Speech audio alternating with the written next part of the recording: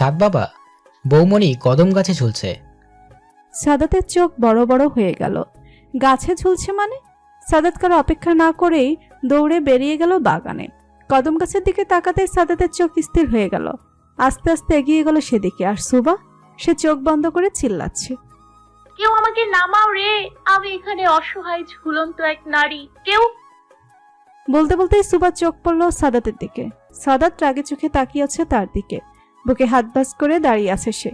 যা দেখে সুবা ঢোক গিলল। সাদাত তার বর হলে কি হবে তার প্রতি সুবার বিন্দুমাত্র ভয়ও কমেনি, বরং দিনকে দিন বাড়ছে। সাদাত নিজেও চায় না সুবার এই ভয়টা ভেঙে যাক। সে তো তার ভীতু বউটাকে বড্ড বেশি ভালোবাসে।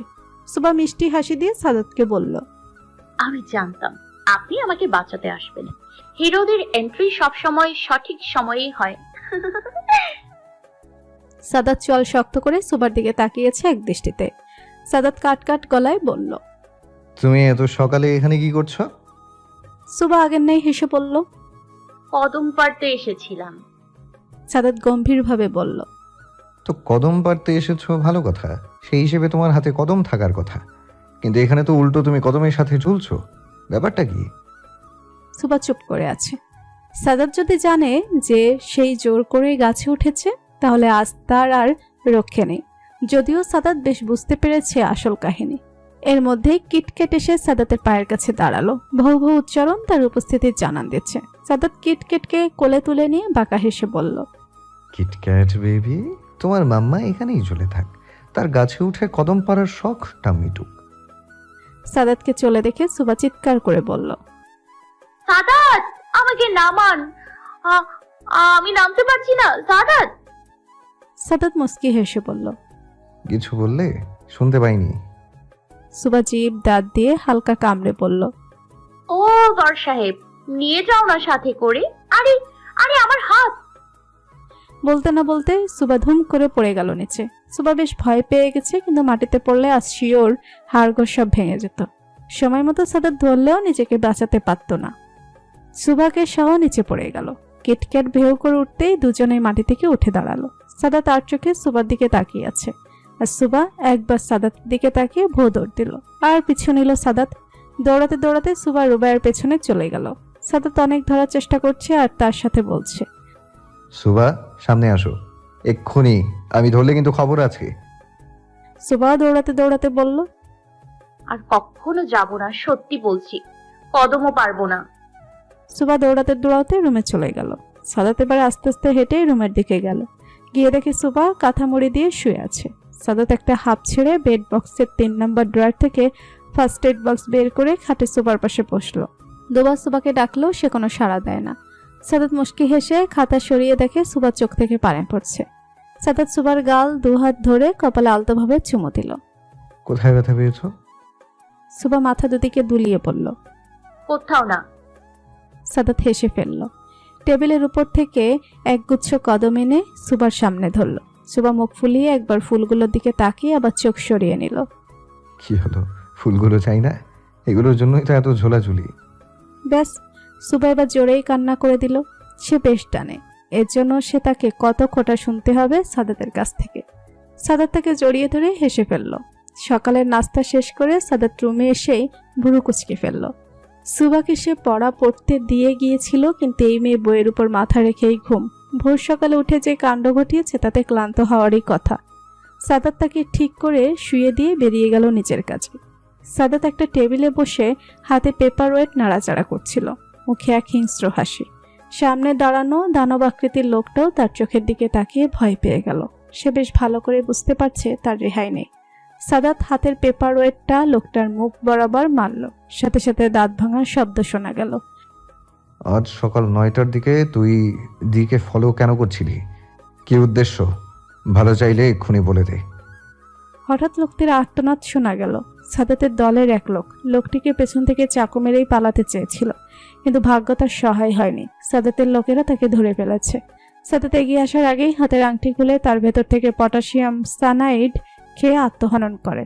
সাদাত একটা শ্বাস ফেলে বলল, সাব্বির, বডিটা ভালো করে চেক কর, কিন্তু সাবধানে। আর একে? আহত লোকটিকে ইশারা করে। যত দ্রুত সম্ভব হসপিটালে নিয়ে যা, লোকটা যেন বেঁচে যায়, সর্বোচ্চ চেষ্টা কর। সাদাত তার দলের লোকেদের নির্দেশনা দিয়ে বেরিয়ে পড়ে। তার এখন সবার আগে সাদিয়ার কাছে যেতে হবে, তাই রুবায়েতকে ফোন দিল। আসসালামু আলাইকুম। হ্যাঁ সাদাত, বলো। রুবায়েত ভাই, আপনি এখন কোথায়? রুবায়েত সাদাতের কথা ঠিক বুঝতে পারল না। হঠাৎ এর প্রশ্ন শুনে বেশ অবাক হলো। আমি এখন ইউনিটে আছি। কোনো জরুরি বিষয়? সাদাত স্বাভাবিকভাবেই বলল, জি, কি বাসায়? আমি আপনাদের দুজনের সাথে কিছু কথা বলতে চাই, তাই। রুবায়েত বুঝতে পারল হয়তো জরুরি কোনো বিষয়, নয়তো সাদাত এভাবে বলতো না।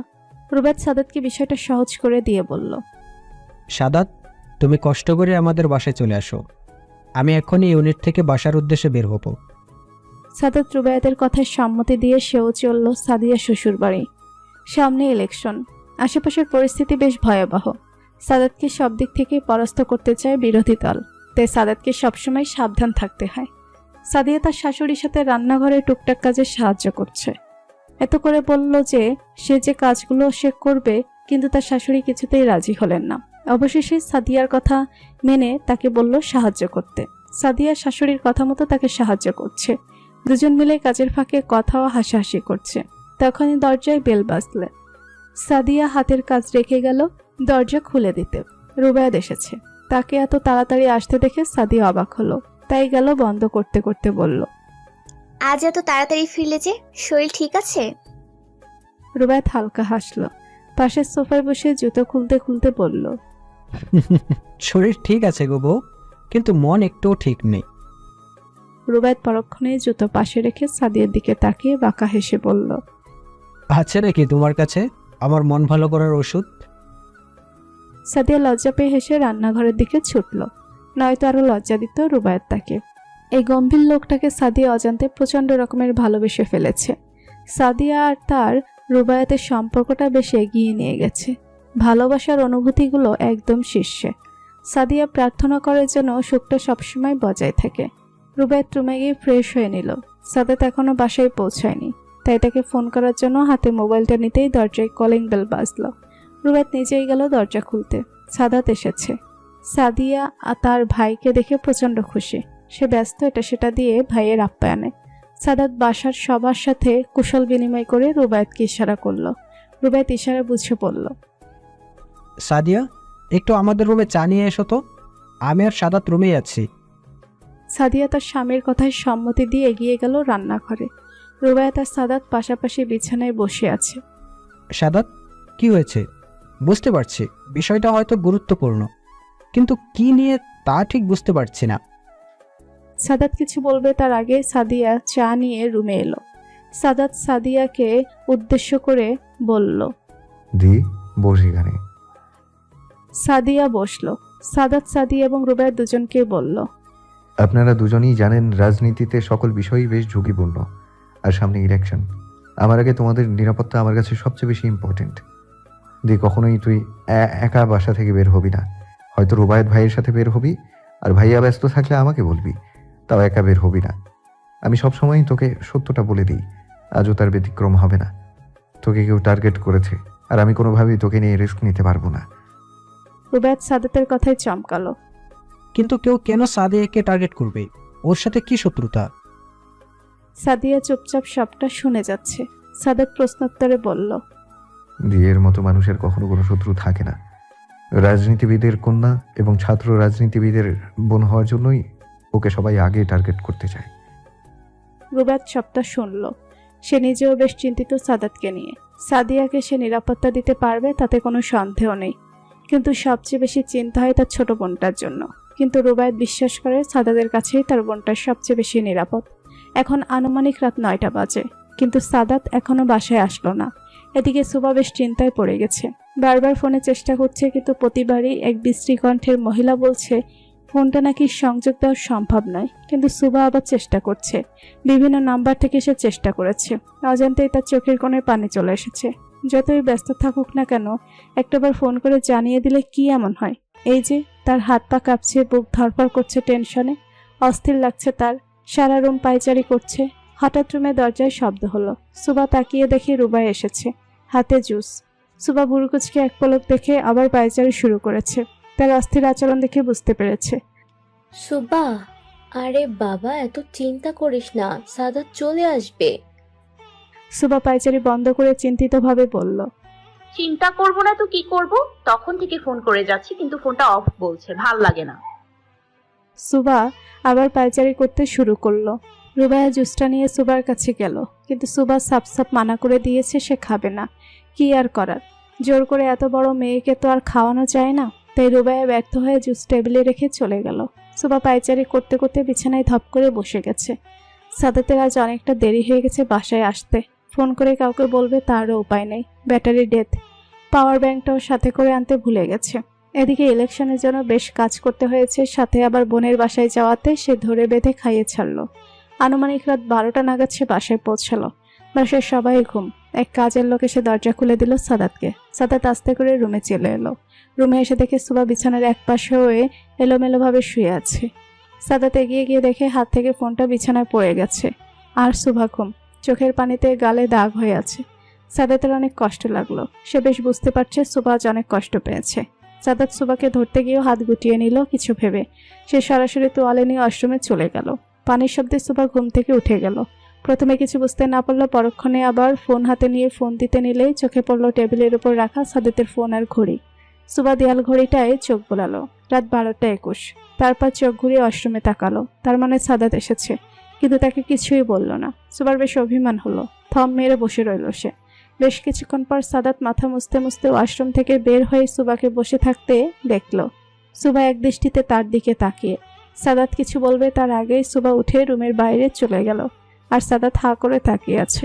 সুবা যে বেশ ক্ষেপে আছে তা সে বেশ বুঝতে পারছে।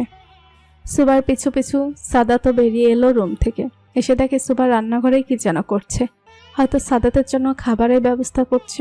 সাদাত রান্নাঘরে গিয়ে সুবাকে বলল, আমি এখন কিছু খাবো না, খেয়ে এসেছি। তুমি খেয়েছো তো? সুবা একবার সাদাতের দিকে তাকালো। তার এখন ইচ্ছে হচ্ছে সাদাতকে ধরে ঠান্ডা পানিতে চুবাইতে। রাগে তার শরীর রিরি করছে। প্লেটের খাবার ফ্রিজে ঢুকিয়ে সে চলল রুমের দিকে।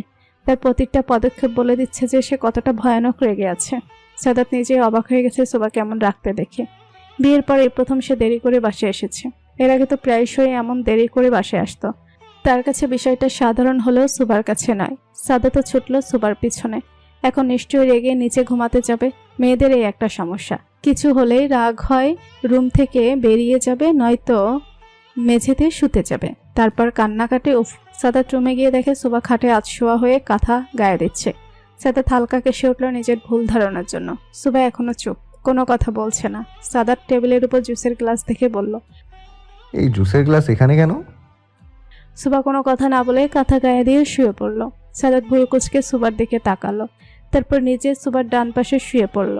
সাদাতকে পাশে শুতে দেখে সুবা বাম দিকে মুখ করে শুয়ে পড়ে। তা দেখে সাদাত আধশোয়া হয়ে সুবাকে একটানে নিজের কাছে নিয়ে এলো। সুবা চোখ বন্ধ করে আছে। সাদাত সুবার কানের কাছে মুখ নিয়ে মৃদুস্বরে বলল, আচ্ছা বাবা, সরি তো, আসলে বুঝতেই পারিনি কিভাবে এত লেট হয়ে গেল। ফোনে চার্জ না থাকায় ফোনও দিতে পারিনি, সরি। এই এই শুভু। সাদাত একটা নিঃশ্বাস ফেলে আবার বলল, আমার বউটা আমার সাথে কথা বলে না কেন? এই শুভা, জানো আমি মনে করেছি তুমি রেগে মেঝেতে ঘুমাতে যাবে। সুবা এবার বেশ ক্ষেপে গিয়ে বলল, কেন আমার সাথে এক বিছানায় ঘুমাতে সমস্যা হচ্ছে? বেশি সমস্যা হলে নিচে অন্য জায়গায় ব্যবস্থা করুন, আমাকে ঘুমোতে দিন প্লিজ। বলেই সুবা আবার শুয়ে পড়ল। সাদাত পুরোপুরি অবাক হয়ে গেছে। যেই মেয়ে তাকে বাঘের মতো ভয় পেত সে আজ তার সাথে এইভাবে কথা বলল। সাদাত সুবার রাগ ভাঙাতে আবার বলল, আরে কাজ ছিল তো, তাই দেরি হয়ে গেছে। এরপর থেকে কাজ থাকলে সবার আগে তোমাকে বলে দিব, তাও রাগ করে থেকো না প্লিজ। এই শুভা। সুবা কোনো কথা বলল না। সাদাত ব্যর্থ হয়ে সুবাকে পেছন থেকে জড়িয়ে ধরে তার পিঠে ঠোঁট ছোঁয়ালো। সুবা তৎক্ষণাৎ কেঁপে উঠল। সাদাত বিছানা থেকে উঠে পানি পান করতে গেলে দেখে জগে পানি নেই। তাই জগ নিয়ে নিজেই রান্নাঘরের দিকে গেল। পানি নিয়ে আসার সময় তার দেখা হয় রুবাইয়ের সাথে। রুবাইয়া তাকে দেখে বলে, আরে ভাইয়া, আপনি কখন আসলেন? সাদাত রুবাইয়াকে উত্তর দিল। এই তো আধা ঘন্টা হবে। রুবাইয়া আবার বলল, খাওয়া দাওয়া করেছেন? সুবাহ তো সেই বিকেল থেকে না খাওয়া। আসলে আপনি ফোন ধরছিলেন না দেখে ও অনেক প্যানিক হয়ে উঠেছিল। এটা ওর অভ্যাস। প্যানিক হয়েই হাত পা কেঁপে বুক ধড়ফড় করে, প্রচুর টেনশন করে, আরও অল্পতেই প্যানিক হয়ে যায়। আজও তাই হয়েছে। আমি তাকে কিছুই খাওয়াতে পারিনি। আপনার সাথে খেয়েছে তো কিছু, নয়তো আবার তার প্রেশার ফল করবে। সাদাত মনে মনে বেশ রেগে গেল। সুবা এখন পর্যন্ত না খাওয়া। সাদাত রুবাইয়াকে বিদায় দিয়ে পানি নিয়ে রুমে গেল। পানি বেড বক্সের উপরে রেখে সুবার দিকে তাকালো। সুবা আপাতত চোখ বুঝেই আছে। সে যে ঘুমায়নি তা সাদাত বেশ বুঝতে পারছে। সাদাত আবার রান্নাঘরে গিয়ে খাবার প্লেটে করে নিয়ে এলো। সুবার পাশে বসে তাকে ডাকলো। সুভা, এই ওঠো, আগে খাবারটা খাও, পরে ঘুমাবে। সুভা। সুবা কোনো প্রতিক্রিয়া জানালো না। সাদাত এবার সুবাকে হালকা করে ধাক্কা দিল। সুবা এবার ভুরু কুচকে বলল। কি সমস্যা? ঘুমাতে দিন। সাদাত গম্ভীর গলায় বলল। আগে খেয়ে নাও, তারপর ঘুম। ওঠো বলছি। সুবা এবার আর চোখে সাদাতের দিকে তাকাতেই দেখে সে রাগে চোখে তার দিকে তাকিয়ে আছে। সুবা ভুরু কুচকে কাঁথা মুড়ি দিয়ে দিল। সাদাত রেগে সুবার বাহু ধরে একটানে উঠিয়ে দিল। আর সুবা বিরক্তিপূর্ণ দৃষ্টি নিক্ষেপ করলো সাদাতের দিকে। সাদিয়া বিছানায় এপাশ ওপাশ করছে। তার ঘুম আসছে না। বেশ কয়েকদিন ধরেই তার এই সমস্যা হচ্ছে। পাশে রুবায়েত ঘুমিয়ে আছে। সাদিয়া রুবায়েতের দিকে ফিরে তার দিকে তাকিয়ে রইল। রুবায়েতের এক হাত সাদিয়ার পেটের উপর। রুবায়েতের দিকে তাকিয়ে সাদিয়া মুচকি হাসল। সারাদিনের কাজের পর ক্লান্তিপূর্ণ চেহারা দেখে সাদিয়ার বেশ মায়া হয়। সাদিয়া আস্তে করে রুবায়েতের মাথায় হাত বুলিয়ে দিল। রুবায়েত আদর মাখা হাতের স্পর্শ পেয়ে সাদিয়ার আরও কাছে এগিয়ে এলো। হঠাৎ সাদিয়ার ফোন এলো। Unknown number. সাদিয়া সিদ্ধান্তহীনতায় ভুগছে যে তার কি ফোনটা তোলা উচিত। রাত 1টার সময় কে ফোন দিবে অনেক ভেবে সাদিয়া ফোনটা তুলে নিল হাতে। এর মধ্যে ফোনের আওয়াজে রুবায়েতের ঘুম ভেঙে গেল। সে ভুরু কুচকে সাদিয়ার দিকে তাকালো। সাদিয়া তাকে বলল। আননোন নাম্বার থেকে ফোন আসছে, কি করব, তুলবো? রুবায়েত উঠে বসে। সাদিয়ার ফোনটা সেই রিসিভ করলো। হ্যালো, কে বলছেন? ওপাশ থেকে কোনো আওয়াজ এলো না। রুবায়েত ফোনটা হাতে নিয়ে দেখে লাইনটা কাটেনি, কিন্তু কোনো শব্দ আসছে না। রুবায়েত বেশ কয়েকবার কথা বলল, কিন্তু কোনো আওয়াজ না পেয়ে দেখে 2 সেকেন্ড আগে কলটা কেটে গেছে। রুবায়েত সাদিয়াকে জিজ্ঞেস করলো। আগেও কি এই নাম্বার থেকে ফোন এসেছিল? সাদিয়া নাবোধক উত্তর দিল। রুবায়েত আগত নাম্বারে আবার কল দিল, কিন্তু নাম্বার বন্ধ আছে। কে ফোন দিতে পারে এত রাতে সাদিয়াকে? সুবা রাগ দেখিয়ে সাদাতকে বলল। আমি এখন কিছুই খাবো না। আপনার খিদে পেলে আপনি খান বসে বসে, আমি এখন ঘুমাবো। বলেই সুবা শুতে নিলে সাদাত তার বাহু ধরে ফেলে। সুবা বিরক্তিপূর্ণ শব্দ মুখ থেকে বের করে হাত ছাড়াতে নিলে সাদাত তাকে জোরে একটা ধমক দিয়ে বলে। কি সমস্যা তোমার? মানুষের কাজ থাকে না?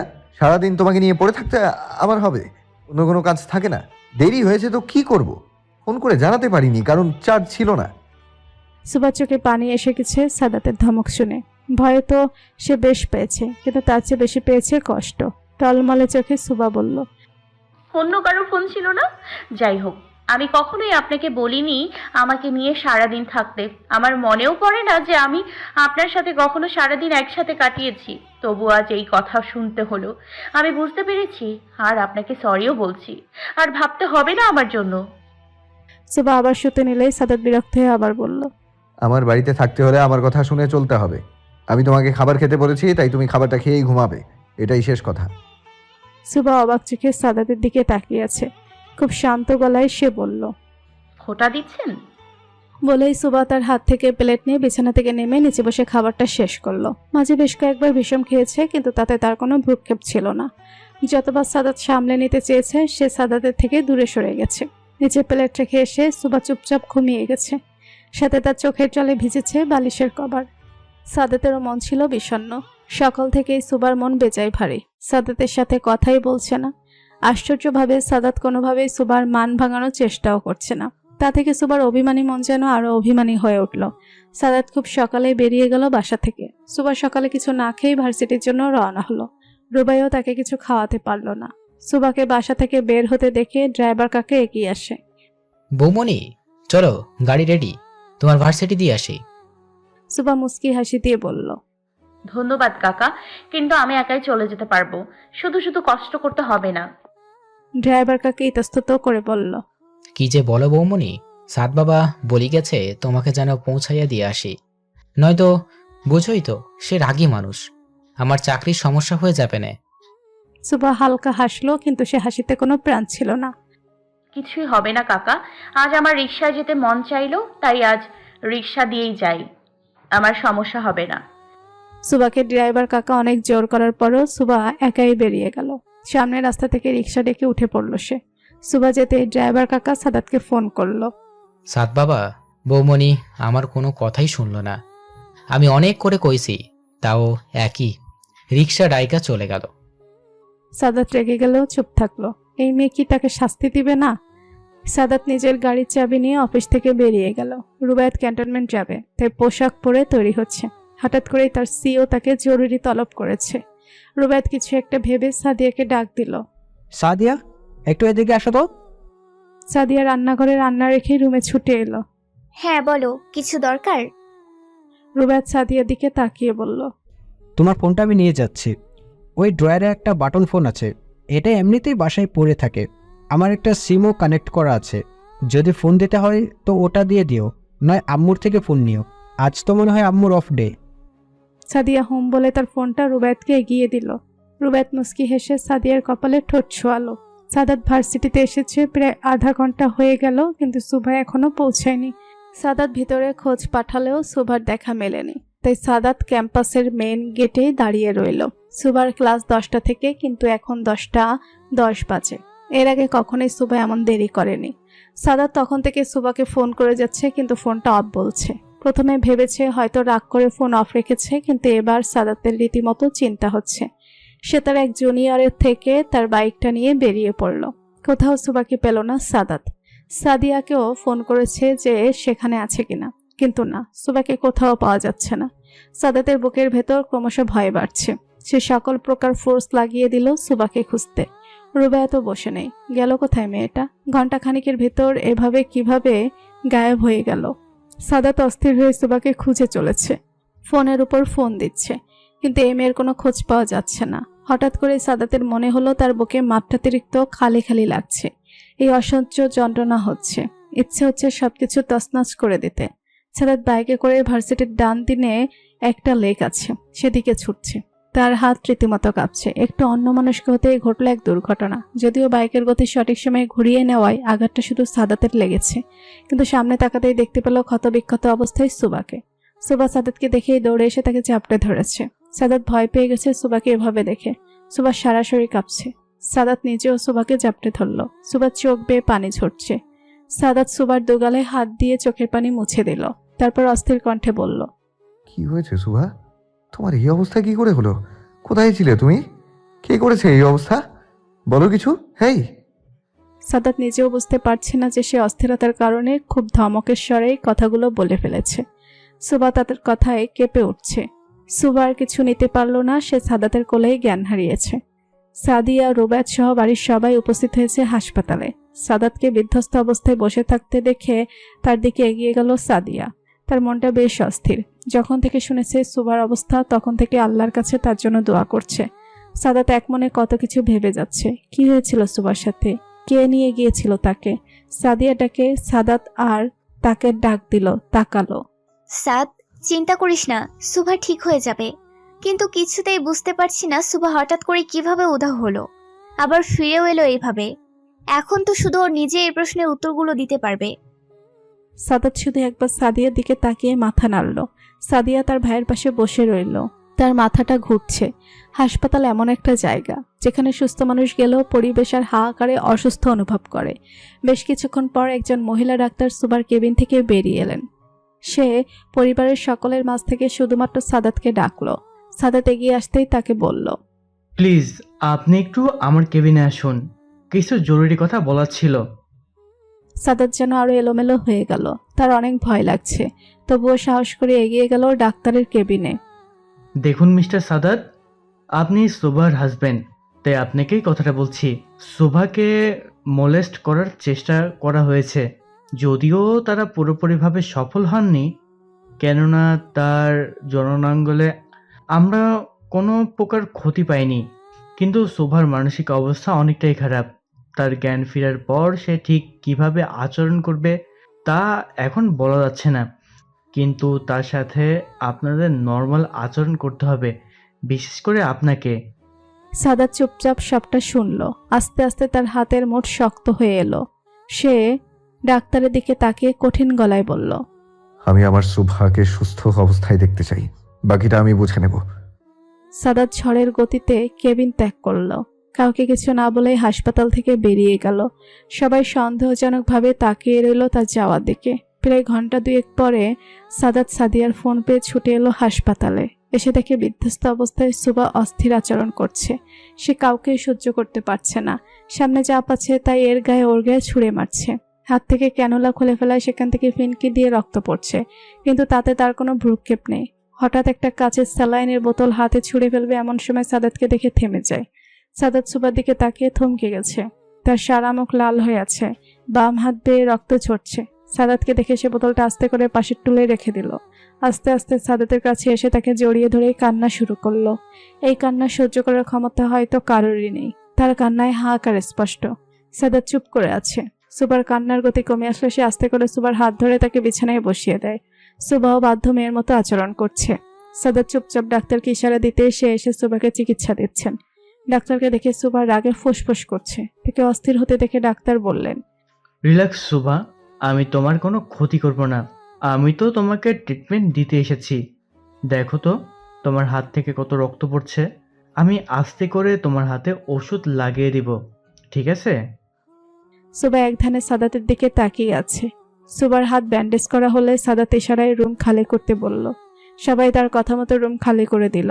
এখন রুমে শুধু সাদাত আর সুবা রয়েছে। সাদাত সুবার দিকে তাকাতেই দেখে সুবা তার দিকে তাকানো। সুবা নিঃশব্দে সাদাতের দিকে এগিয়ে একদম তার গা ঘেঁষে বসলো। সাদাতের কাঁধে তার মাথাটা এলিয়ে দিল।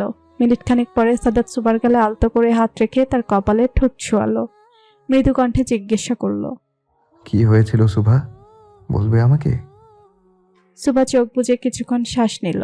সে অস্থির হয়ে পড়ছে দেখে সাদাত তাকে আশ্বস্ত করে বলল, আচ্ছা, এখন বলতে হবে না, তুমি তোমার ইচ্ছে মতো বলো। কিছুক্ষণ দুজনেই চুপ ছিল। রুমে শুধু এসির শব্দ ছিল। কিছুক্ষণ পর সাদাত তার কাঁধের দিকে তাকাতেই দেখে সুবা ঘুমিয়ে গেছে। সাদাত ভেবেছিল হয়তো তখনই কিছু জানতে পারবে, কিন্তু এখন কোনোভাবেই সুবাকে ঘুম থেকে তুলে অস্থির করা যাবে না। তাই সুবাকে আস্তে বিছানায় শুয়ে দিয়ে সে কেবিন থেকে বের হলো। সবাই তার দিকে প্রশ্নবোধক চাহনি দিল। উত্তরে সে শুধু একটা নিঃশ্বাস ছাড়লো। সাদাতকে সবাই ঘিরে ধরে প্রশ্ন করছে যে সুবা এখন কি অবস্থায় আছে, কিন্তু সাদাতের মনমরা মুখটা দেখলেই সবাই আরো বেশি উত্তেজিত হয়ে পড়ছে। সাদাত শুধু একটা কথাই বলল, সুভা ভালো নেই, তার আমাকে প্রয়োজন, খুব বেশি ভয় পেয়েছে সে। বলে হাসপাতালে রাখা চেয়ারের সারিতে গিয়ে ধপ করে বসে পড়ে। সাদিয়া গিয়ে তার ভাইয়ের পাশে বসে তার কাঁধে হাত রাখলো। সাদাত সাদিয়াকে জড়িয়ে ধরে চোখ বুঝলো।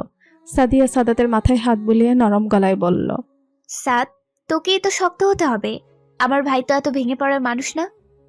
সাদাত চোখ বন্ধ থাকা অবস্থায় কাঁপা কণ্ঠে বলল, দি, আমার ভাবতেই গা শিউরে উঠেছে, আমার ভাবতেই গা শিউরে উঠছে। ওরা আমার সুবাহার সাথে ঠিক কি আচরণ করেছে আমি ভাবতেই পারছি না। আমি একটাকেও ছাড়বো না, এখন শুধু সুভার বলার অপেক্ষা। সাদিয়া হোম বলে একটা নিঃশ্বাস ছাড়ল।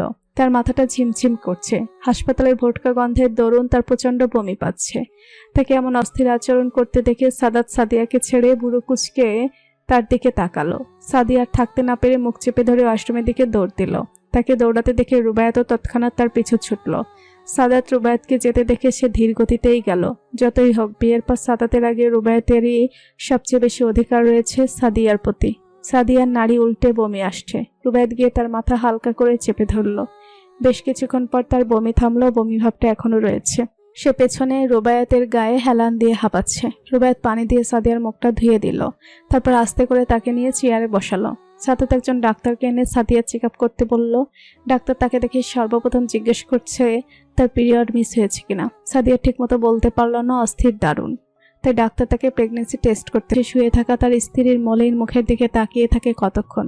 হঠাৎ করে তার ভিতর থেকে বেরিয়ে আসে দীর্ঘশ্বাস।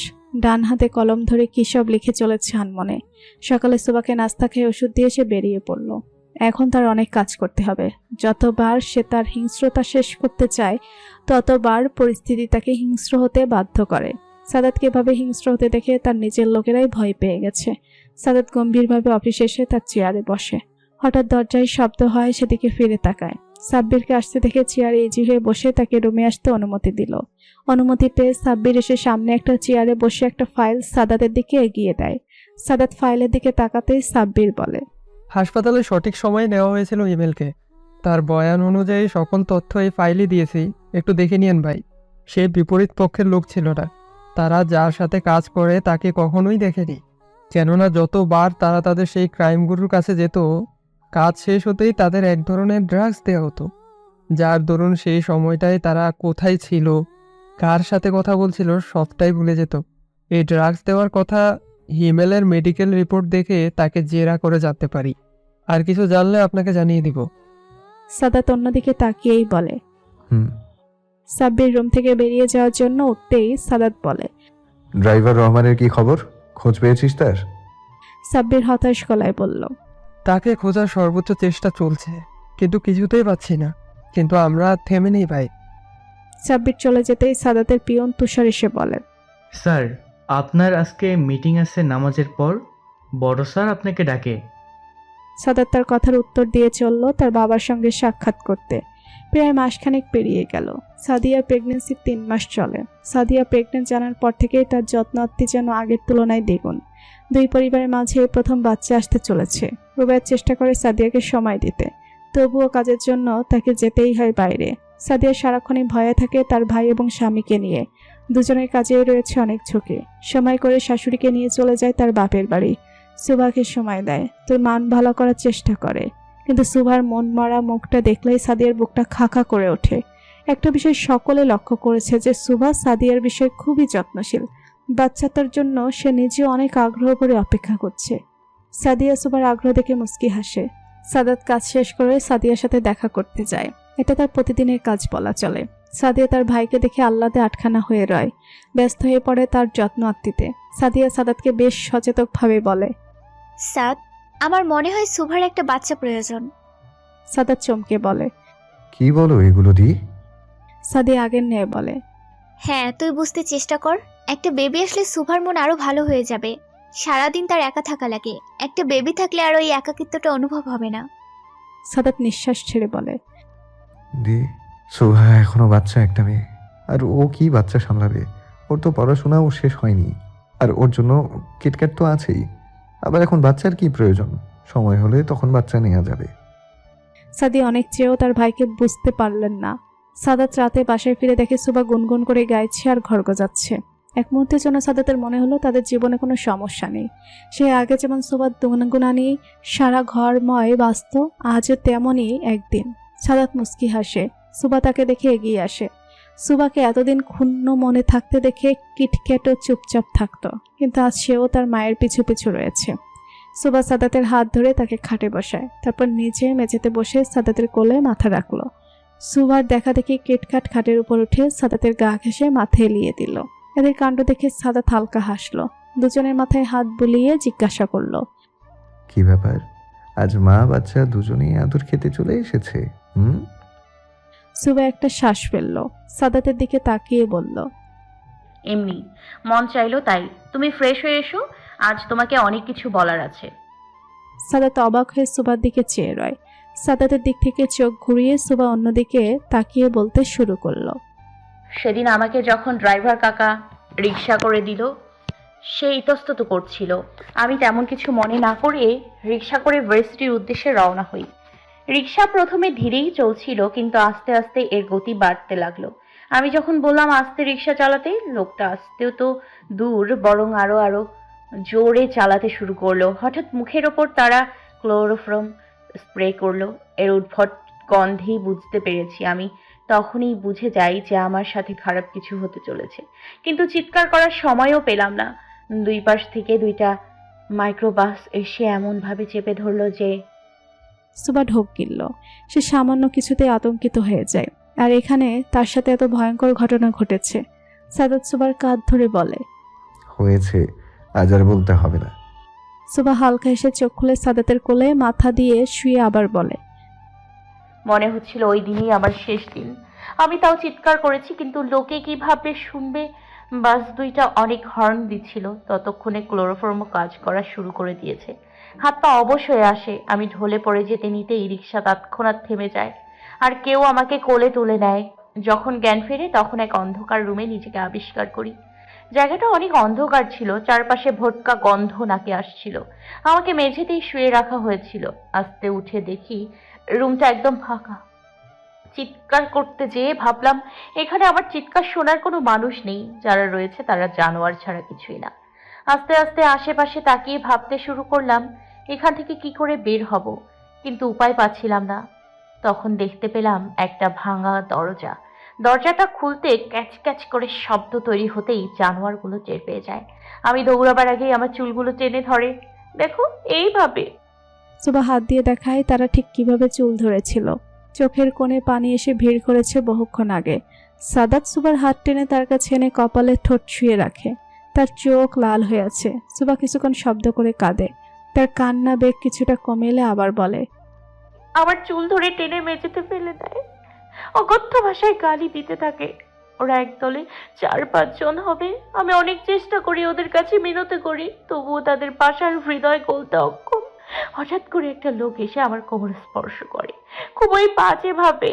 তার মুখ আমার গলায় ছোঁয়াতে চায়। আমি চেষ্টা করতে থাকি নিজেকে ছাড়াতে, কিন্তু সামনের লোকটা ছটফট করতে থাকে আমার কাছে আসার জন্য। ওই লোকটাই আমার চুল ধরেছিল। ওর মধ্যেই সামনে দাঁড়িয়ে থাকা একটা লোক সেই লোকটাকে উদ্দেশ্য করে বলে, কবির থাইম বাজা, স্যারে কইছে মায়া ডারে কিছু করুন যাইব না, অক্ষত দিতে কইছে। পাশে থেকে আরেক লোক বলল, আরে কবিরের জীবনেও ওই মাইয়াগুছ হয় নাই, তাই এইভাবে দেখা এর মেশিন খারাইয়া গেছে। আমি এত বিশ্রী ভাষা নিতে পারছিলাম না। পাশে তাকাতেই দেখি একটা চেয়ারের ভাঙা অনেক অংশ পড়ে আছে। আমি আমার উপর লোকটার ঘাড়ে এক বিশ্রী কামড় বসিয়ে দিতেই লোকটি জোরে আর্তনাদ করে পাশে গড়িয়ে পড়ল। তাড়াতাড়ি উঠে গিয়ে সেই ভাঙা অংশগুলো থেকে একটা অংশ উঠিয়ে পেটাতে শুরু করলাম সামনে যাকে পাচ্ছি তাকে। পেটাতে পেটাতেই সেই দরজা দিয়ে অনেক কষ্টে বের হয়ে দৌড় দিয়েছি। আগে পিছিয়ে ডানে বামে কিচ্ছু দেখিনি, কিন্তু বের হওয়ার আগে আমি সেই কবির নামের লোকটার লজ্জাস্থানে সর্বশক্তি দিয়ে আঘাত করে এসেছি। আমার আমানত জোয়ার মতো দুঃসাহস করেছে সে। পরে দৌড়তে দৌড়তে তোমার সামনে এসে পড়েছি। সুবা সবটা বলে সাদাতের বুকে মাথা দিয়ে রাখে। সাদাত তাকে জড়িয়ে ধরে মাথায় চুমু খায়। সুবা কাঁদছে। তাকে আবারও সেই দুঃস্বপ্ন তাড়া করছে। সাদাত সুবার গাল ধরে তার দিকে ফিরালো। কাঁদতে কাঁদতে তার নাক মুখ লাল হয়ে আছে। সাদাত বলল, সুবা, এদিকে তাকাও, আমার দিকে।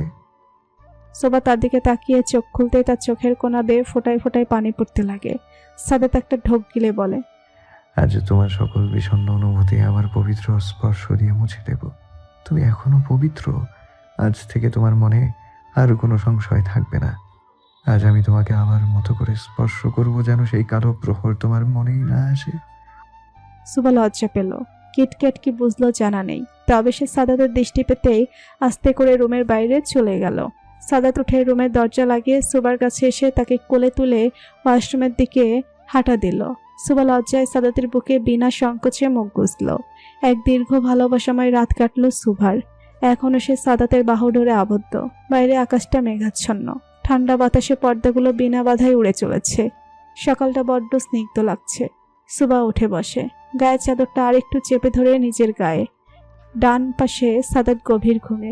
সুবা শুনেছে যে স্বামী স্ত্রীর ডান পাশে এবং স্ত্রী স্বামীর বাম পাশে ঘুমানো সুন্নত। এতে সংসারে অশান্তি কমে। এর জন্য সুবা কখনোই সাদাতকে তার বাম পাশে শুতে দেয় না। সাদাতও আর তাকে ঘাটায়নি। সুবা হালকা এসে উঠে পড়ল। ডাইনিং টেবিলে খাবার পরিবেশন করছে রুবাইয়া। এর মধ্যেই সুবার আগমন ঘটে সেখানে। সুবার ঠোঁটে এক তৃপ্তির হাসি ফুটে আছে। রুবাইয়া নিজের বোনকে দেখে হালকা হাসলো। তার বুঝতে বাকি নেই সুবার সাথে টুকটাক কথা বলতে বলতে দুবোনে হাতে হাতে কাজ করতে লাগলো। এর মাঝে এই ধাপ ধুপ করে হাজির হলো আরফান। সে রুবাইয়াকে ডাকে, রুবা, এদিকে একটু আসো, তোমার সাথে কথা আছে। দেখা গেল রুবাইয়া তার কথা না শুনে রান্নাঘরে চলে গেল। সুভা রুবাইয়াকে এভাবে অভিমান করতে দেখে আরফানের দিকে তাকিয়ে বলল,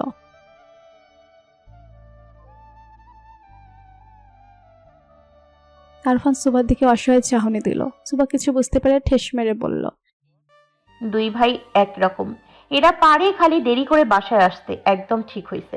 এই আপু, তুই তো এত সহজে মানবি না। 2 দিন পর বাবা হবে আর সে এখন দেরি করে বাসায় আসে, বউকে একা রাখে। আরফান অবাক চোখে তাকিয়ে থাকে। তারপর হুট করে রান্নাঘর থেকে আসা রুবাইয়াকে চাপড়ে ধরে। তার চোখে খুশির পানি। সুভা অবাক হয়ে তাকিয়ে আছে। তাহলে কি রুবাইয়া তার প্রেগনেন্সির কথা কাল আরফানকে বলেনি? এর জন্যই তো কষ্ট করে দুবনে ঘর সাজালো, সুন্দর করে কার্ড বানালো, যাতে লেখা ছিল আমি আসছি বাবা। রুবাইয়া কেঁদে ফেলল। আরফান তার বউকে কোলে তুলে নিয়ে চলল রুমের দিকে। আগে বউয়ের মান ভাঙাতে হবে। সুবা তাদের দুজনের দিকে তাকিয়ে হাসলো। রান্নাঘর থেকে কফি নিয়ে চলল স্বামী সেবা করতে। সাদাত উপু থেকে ঘুমাচ্ছিল। সুবা গিয়ে তাকে রাখলো। সাদাত, ওঠো, অনেক বেলা হয়ে গেছে। আর এই তোমার কফি। সাদাত। সাদাত উঠল তো নাই, বরং আড়মোড়া ভেঙে কোলবালিশ জড়িয়ে আবার ঘুমাতে উদ্যত হলো। সুবা কোমরে হাত দিয়ে রাগে স্বরে বলল। সাদাত, ওঠো, জানো বাসায় কি কি হচ্ছে? সাদাত ঘুম ঘুম কণ্ঠে এক লজ্জাহীন কথা সুবাকে শুনিয়ে দিল। রাতে আদর আদর খেলা আর সকালে ঘুম ঘুম খেলা হচ্ছে। সুবার ইচ্ছে হলো এই সাদাতের মুখে তুলো গুজে দিতে। অসভ্য একেবারে। সুবা বেশ জোরে বলল। জি না, কদিন পর বাচ্চা নিয়ে খেলবে, তার নাস্তা তৈরি হচ্ছে। সাদাত একলাফে উঠে বলল। এই সুভা, তুমি প্রেগনেন্ট? সুবা চোখ ছোট করে ফেলল। এক অসহায় শ্বাস ফেলে বলল। জানি না, আপু আর আপনি চাচ্ছু হচ্ছেন। সাদাত অবাক হয়ে বলল। সত্যি? আরফান বাবা হচ্ছে? শালা আমাকে কিছুই বললো না। একে তো। সুবা সাদাতের কথা আটকে দিয়ে বলল। সে নিজেই জেনেছে সকালে। রাতে কত আয়োজন করলাম আমি আর আপু মিলে, কিন্তু ওই লোক বাসায় এসেছে দেরি করে, তাই আপু আর রাগ করে তাকে বলেনি। এখন বউয়ের রাগ ভাঙাচ্ছে রুমে বসে। সাদাত সুবা দুজনেই হেসে দিল। রুবায়েত তার বউয়ের খেদমতে ব্যস্ত। আজ সারাটা রাত সাদিয়া তাকে গাধার খাটুনি খাটিয়েছে। তার এই চকলেট খেতে ইচ্ছে করে তো ওই ফুচকা খেতে মন চায়। একটু ঘুমালেই আবার ডেকে বলছে তার নাকি একা একা ভয় করছে, অথচ তার পাশেই রুবাত শুয়ে আছে। এই করতে করতেই সকাল হয়ে গেল। রুবায়েতের চোখ ভেঙে ঘুম আসছে। সাদিয়াও ঘুমিয়েছে। হঠাৎ ফোনের আওয়াজ আসতেই রুবায়েত তাড়াতাড়ি ফোন তুলে সাইলেন্ট করে দিল। ফোন তুলে বলল আজ সে ছুটি নেবে। এখন কাজে যাওয়ার মতো শক্তি ইচ্ছে কোনোটাই তার নেই। সে ফোন কেটে সাদিয়াকে জড়িয়ে ঘুমিয়ে রইল। সাদাত সকালবেলা নাস্তা না করেই বেরিয়ে গেছে ফোন পেয়ে। সুবা অনেকবার নাস্তা করে যেতে বললেও সে বলল সময় নেই, বাইরে নাস্তা করে নেবে। সুবার মানা করেনি। এমনিতেই সামনে ইলেকশনের জন্য তাকে অনেক দৌড়াতে হয়। সুবার মনে এখনো সায় দেয় না রাজনীতির প্রতি, তবুও কি আর করার। সাদাতের জন্য টেনশন করে। মন বেশি খারাপ হলে কেঁদে কেটে বুক ভাসায়, তবুও সাদাত তার বিন্দুমাত্র জানে না, কারণ সুবা জানতে দেয় না। সুবা নাস্তা করে সকাল থেকেই বসে গেছে পড়াশোনা করতে।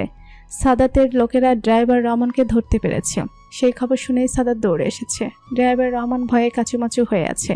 সে পালানোর অনেক চেষ্টা করে, তবু পারেনি। খুব বুদ্ধির সাথে তাকে ধরা হয়েছে। সাদাত প্রকাশ্যে কোনো লোক লাগায়নি, গোপনে বাংলাদেশের কোনা কোনা বাদ রাখেনি। অবশেষে ড্রাইভার রহমানের খোঁজ পায় চট্টগ্রাম শহরে। সাদাত চোখ বন্ধ করে শ্বাস নিচ্ছে। তার চোখ অসম্ভব লাল হয়ে উঠছে। রাগ নিয়ন্ত্রণ করার চেষ্টা করে কাটকাট গলায় জিজ্ঞাসা করলো। কেন এমন করলি সুভার সাথে? ড্রাইভার রহমান চুপ করে আছে। সাদাত হুঙ্কার দিয়ে উঠল। বল, কত সম্মান করে ও তোর, আর তুই কি প্রতিদান দিলি? বাচ্চা একটা মেয়ের গায়ে তুই কলঙ্ক লাগিয়ে দিলি, কুত্তার বাচ্চা। সাদাত গালি দিয়ে ঝাঁপিয়ে পড়ল ড্রাইভারের উপর। ইচ্ছে মতো পেটাচ্ছে, কিন্তু তবু একটা কথাও পেট থেকে বের করছে না সে। তাই সাদাত তুষারকে বলল। ইঞ্জেকশনটা নিয়ে আয়। এইভাবে সত্যি বলবে না। জি ভাই। তুষার ইঞ্জেকশন এনে ড্রাইভারকে দিতে নিলে সাদাত তার হাতে ইঞ্জেকশন দিতে বলে। সাদাত সিরিঞ্জে ওষুধ নিতে নিতে বলে। আবার জিজ্ঞেস করছি, বল, তোর সাথে আমাদের কি শত্রুতা? কেন তুই আমার জীবনের পিছে পড়েছিস, নাকি কারো কথায় এই কাজ করেছিস? বল, নয়তো ওষুধটা তোর শরীরে গেলে এমনিতেই কথা বের হবে। ড্রাইভার রহমান হাঁপাতে শুরু করলো। স্বর জড়ানো গলায় বলল। আমি কিচ্ছু জানি না। সাদাতের হিংস্রতা বাড়তে লাগলো। ভয়ঙ্কর হয়ে উঠেছে সে। ইঞ্জেকশনটা ড্রাইভার হাতে পুশ করে দিল সাথে সাথে। নির্দিষ্ট সময় পর ড্রাইভার রহমান ঢুলতে লাগলো। সাদাত ড্রাইভার রহমানের চোয়াল ধরে বলল। এবার বল, কে তোকে পাঠিয়েছে? কি উদ্দেশ্য তোর? ড্রাইভার রহমান ঢুলতে ঢুলতে বলল। আমাকে টাকা দিয়েছে, অনেক টাকা। শুধু সুবা মামনিকে মারতে হবে। আহ। সাদাত ড্রাইভার রহমানের ঘাট চেপে বলল। কে টাকা দিয়েছে তোকে? সত্যি করে বল। সুভাকে মামুনিও বলিস, আবার মারতেও চাস? বল, কে তোকে পাঠিয়েছে? আস। ড্রাইভার রহমানের আর কোনো শব্দ শোনা যায়নি। সাদাত প্রথমে অবাক হয়, কিন্তু পরক্ষণেই রহমানের পালস চেক করে দেখে সে মৃত। কিন্তু সাদাত তো এমন কোনো ওষুধ দেয়নি যাতে সে মারা যাবে। কিভাবে মারা গেল? সাদাত তুষারের দিকে তাকিয়ে তাকে জিজ্ঞাসা করলো। কি ওষুধ দিয়েছিস? তুষার ওষুধটা এনে সাদাতকে দেখালো। না, ওষুধ তো ঠিকই আছে। সাদাত দেরি না করে ফোন করলো। এক স্বনামধন্য হাসপাতালে নিজ কেবিনে বসে রোগী দেখছিলেন ডক্টর শিশির রাহান। হঠাৎ ফোনের আওয়াজে সেদিকে চোখ বোলাতে তার ঠোঁটের কোণে হাসি ফুটলো। ফোনটা তুলে কানে নিয়ে ঠেস মেরে বলল সে, কি ব্যাপার? আজ নেতামশাই নিজ থেকে এই ডক্টরের স্মরণ করলো? সাদাত ছোট একটা শ্বাস ছেড়ে বলল, শিশির, তোর সাহায্যের প্রয়োজন, একটু আসতে পারবি? শিশির ভুরু কুঁচকে ফেলল। সাদাত নিজ থেকে তার কাছে সাহায্য চাইছে, তার মানে বিষয়টা সত্যি গুরুত্বপূর্ণ। শিশির রহমানের লাশটাকে ভালোভাবে পর্যবেক্ষণ করে বলল, লাশটাকে আগে ফরেক্সিক ডিপার্টমেন্টে পাঠাতে হবে, তবেই বুঝতে পারবো আসলে মৃত্যুটা কিভাবে হয়েছে। আর এই ঔষধ ওর বোতলটাও ল্যাবে পাঠাতে হবে। কিন্তু সাদাত, একটা জিনিস লক্ষ্য করেছিস? সাদাত ভুরু কুঁচকে জিজ্ঞাসা করল। কি? লাশের হাত আর পায়ের দিকটা লক্ষ্য করে একদম বেগুনি রঙের হয়ে গেছে। সাদাত বেশ অবাক হয়ে বলল। হয়তো এটা মারের দাগ। শিশির মাথা নাড়িয়ে বলল, হুম, এটা মারের দাগ না। মারের দাগ সাধারণত কালচে নয় লাল হয়ে থাকে, আর এই দাগগুলো জমাট বাঁধা নয়। মারের দাগ হয়ে জমাট বাঁধা থাকতো। সাদাত উৎসুকভাবে জিজ্ঞাসা করল। তাহলে? শিশির বেশ ভাবভঙ্গির ভাবে বলল। হয়তো বিষক্রিয়া। সাদাত অবাক হয়ে বলল, কিন্তু ওকে বিষ কে দেবে? আমি তো শুধু ওকে অ্যালকোহলের একটা ডোজ দিয়েছিলাম মাত্র। শিশির ভেবে বলল। সেটা তো এখন ফরেন্সিক রিপোর্টে বলতে পারবে। এক নাগাড়ে কান্না করে যাচ্ছে সাদিয়া। রুবায়েত তার পাশেই বসে তার কান্না থামানোর চেষ্টা চালিয়ে যাচ্ছে, কিন্তু সাদিয়ার কান্নার বেগ আরো বেড়েই চলেছে। রুবায়েত তাকে বলে, সাদিয়া, কান্না কেন করছো বউ? আরে 1 মাসের বিষয়, 30 দিনের একদিনও বেশি আমি ওখানে থাকবো না, প্রমিস। সাদিয়া কান্না জড়ানো গলায় বলল, আমাকে একা ফেলে প্লিজ যেও না, আমার বুক কাঁপছে। প্রতিনিয়ত তোমাকে হারানোর ভয়ে আমি অস্থির। প্লিজ, তোমাকে দোহাই লাগে, আমাকে এভাবে শাস্তি দিও না। আমি কিছুতেই থাকতে পারবো না তোমাকে ছাড়া। রুবায়েত দেখলো সাদিয়া বেশ আতঙ্কিত হয়ে গেছে, তার শরীর থেকে অঝরে ঘাম দিচ্ছে। তাই দেরি না করে সাদিয়াকে তার সাথে জড়িয়ে ধরে বলল, একটু শান্ত হও সাদিয়া, এই বিষয়ে আমরা পরে কথা বলবো। চুপ চুপ, একদম চুপ। সাদিয়া কান্না থামানোর চেষ্টা করছে, কিন্তু তবুও তার শরীর থরথর করে কাঁপছে। প্রেগনেন্সিতে আতঙ্কিত হয়ে গেল অনেক সমস্যা দেখা দেয়, তাই সাদিয়া নিজেও শান্ত হওয়ার চেষ্টা চালাচ্ছে। এক ভাঙা দরজার ক্যাটক্যাট শব্দ কানে আসতে একদল জোয়ারি পাশ ফিরে তাকালো। সাদাতকে দেখে তারা চিনতে পারেনি। এপাশটা অন্ধকার থাকায় তারা সাদাতের চেহারার হিংস্রতাও দেখতে পেল না। সাদাত গম্ভীর গলায় বলল, তোদের মধ্যে কবিরকে? সাদাতের কথা শুনে দলের এক লোক এগিয়ে এসে বলল, আমি কবির। আমার কি দরকার? বস, তোমার লোকও তো কোনো সময় ঘাপলা হয় নাই। কি চাও আমার কাছে? সাদাতের চোখ মুখ অগ্নিরূপ ধারণ করেছে। সে এগিয়ে এসে কবিরকে ধামাধাম পিটাতে লাগলো। সাদাতকে মারার উদ্দেশ্যে দলের অন্য লোক এগিয়ে যাওয়ার আগেই সে এক ভয়ঙ্কর হুঙ্কার করে উঠল। খবরদার, কেউ ভুলেও এদিকে আসবি না। তোদের সাহস দেখে আমি অবাক। তোরা আমার কলিজায় হাত দিস? সাদাত রহমান সাদের কলিজায় হাত দেওয়ার পরিণাম অনেক ভয়াবহ। সাদাতের হুমকি খেয়ে দলের সব থতমত হয়ে গেল। দলেরই এক লোক, বয়স সবার চেয়ে খানিকটা বেশি হবে, সে মিনমিন করে বলল, সাদাত ভাই, আমার জানা মতে কবিরে তো আমাগনো দলের কারোর লগে কোনো ঘাপলা করে নাই। কি হইছে ভাই? সাদাত আবার হুঙ্কার করে বলল, আমার বউকে তুলে আনছিস তোরা। এই কুত্তার বাচ্চা, তার গায়ে অনেক বড় ভুল করে ফেলেছিস। আর সবচেয়ে বড় ভুল করেছিস এখান থেকে না পালিয়ে। সাদাত কথা বলতে বলতে সেখানে তার দলের লোকেরা জড়ো হয় এবং সব কটাকে ধরে নিয়ে যায়। সুবা রান্নাঘরে কাজ করছে। সাধারণ সময়ে তাকে ভুলক্রমেও রান্নাঘরে আসতে দেওয়া হয় না। পড়াশোনার মাঝেই দিন কাটে, কিন্তু আজ রুবাইয়া বেশ অসুস্থ হয়ে পড়ায় তাকে রান্নাঘর দিকটা দেখতে হচ্ছে। সেও ভাবলো আজ সুযোগ আছে, টুকটাক কাজ করে নিক। সবজি কেটে ভালোভাবে ধুচ্ছে সে। চুলায় গোস্ত আর ডাল রান্না করা হয়ে গেছে। ভাত সে সবার আগেই রান্না করে। হঠাৎ গাড়ির শব্দ পেতে সে ভাবলো হয়তো আরফান এসেছে। রুবাইয়ের খবর সে আরফানকে ফোন করে জানিয়েছে। সুবা হাতটা মুছে এগিয়ে গেল দরজার দিকে। সাদাতকে এই সময় আসতে দেখে সে বেশ অবাক হলো। সে মুচকি হাসি দিল, কিন্তু সাদাত তাকে দেখে কিছুই বলল না। তাকে কেমন এলোমেলো লাগছে। সাদাত গটগট করে রুমে চলে গেল। সুবা কিছু জিজ্ঞাসা করারও সময় পায়নি। সেও সাদাতের পিছু পিছু তাদের রুমে গেল। সাদাত তাকে দেখেও কিছু বলল না। সুবাই জিজ্ঞাসা করলো, আজ হঠাৎ এত তাড়াতাড়ি বাসায় ফিরলে? ঠিক আছো? শরীর খারাপ করেনি তো? সাদাত সুবার কথার কোনো জবাব দিল না। সে একধানে তার নিজের কাজ করে চলেছে। সুবা আবার বলল, সাদাত, তুমি ঠিক আছো তো? তুমি তো এই সময় বাসায় আসো না। সাদাত রেগে সুবাকে বেশ ধমকের সুরে বলল, কি সমস্যা তোমার? এভাবে বিরক্ত করছো কেন? আমি কি তোমাকে ডেকেছি? যাও এখান থেকে। সুবা বেশ চমকালো। রীতিমতো সাদাতের ধমকে কেঁপে উঠল। তাও ভাবলো হয়তো সাদাত কোনো বিষয় নিতে চিন্তিত, তাই সে সাদাতকে ঘাটালো না, হালকা হেসে বলল, এমনি জিজ্ঞাসা করছিলাম, তুমি তো এই সময় বাসায় আসো না। সাদাত আবারও থমকে বলল, আমি বাসায় এসে খুব ক্ষতি করে ফেললাম তোমার। বলো তো, বেরিয়ে যাই বাসা থেকে। সুবা এবার বেশ ভয় পেল, তবুও মিনমিনে গলায় বলল, তুমি ফ্রেশ হয়ে এসো, আমি তোমাকে খাবার দিচ্ছি। সাদাত সুবার দিকে বিরক্তিপূর্ণ চাহনিতে তাকালো, রেগে বলল। যাও তো এখান থেকে। সুবা চুপ করে বেরিয়ে আসতে আসতে শুনল সাদাত বিড়বিড় করে বলছে, বিরক্ত করে ফেললো। উফ, কানের কাছে প্যান প্যান প্যান প্যান, অসহ্য। সুভার এবার না চাইতেও তার চোখের কোণে পানির ভিড় জমেছে। সে আস্তে করে এগিয়ে গেল রান্নাঘরের দিকে। সে চুপচাপ রান্না করতে লাগলো। খানিকক্ষণ পর সে অনুভব করলো তার পুরো শরীর অবশ হয়ে আসছে, মাথাটা ঝিমঝিম করছে। সে আস্তে করে দেয়াল ঘেঁষে বসে পড়ল নিচে। কথা বলার শক্তি পাচ্ছে না, হাত পাও রীতিমতো কাঁপছে। বেশ খানিকক্ষণ পরে বাসার কাজের খালা মিনা রান্নাঘরের দিকে এগিয়ে আসতেই দেখে সুবা নিচে পড়ে আছে। সে আতঙ্কিত হয়ে এগিয়ে এসে সুবাকে ধরে জিজ্ঞাসা করে, বৌমনি, কি হয়েছে তোমার? সাদাত বাবারে ডাক দিমু?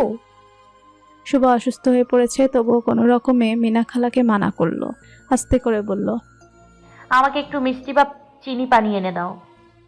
মিনা খালা দৌড়ে গিয়ে ফ্রিজ থেকে মিষ্টি এনে সুবাকে খাইয়ে দিল। অনেকক্ষণ পর সুবা সুস্থ বোধ করলো।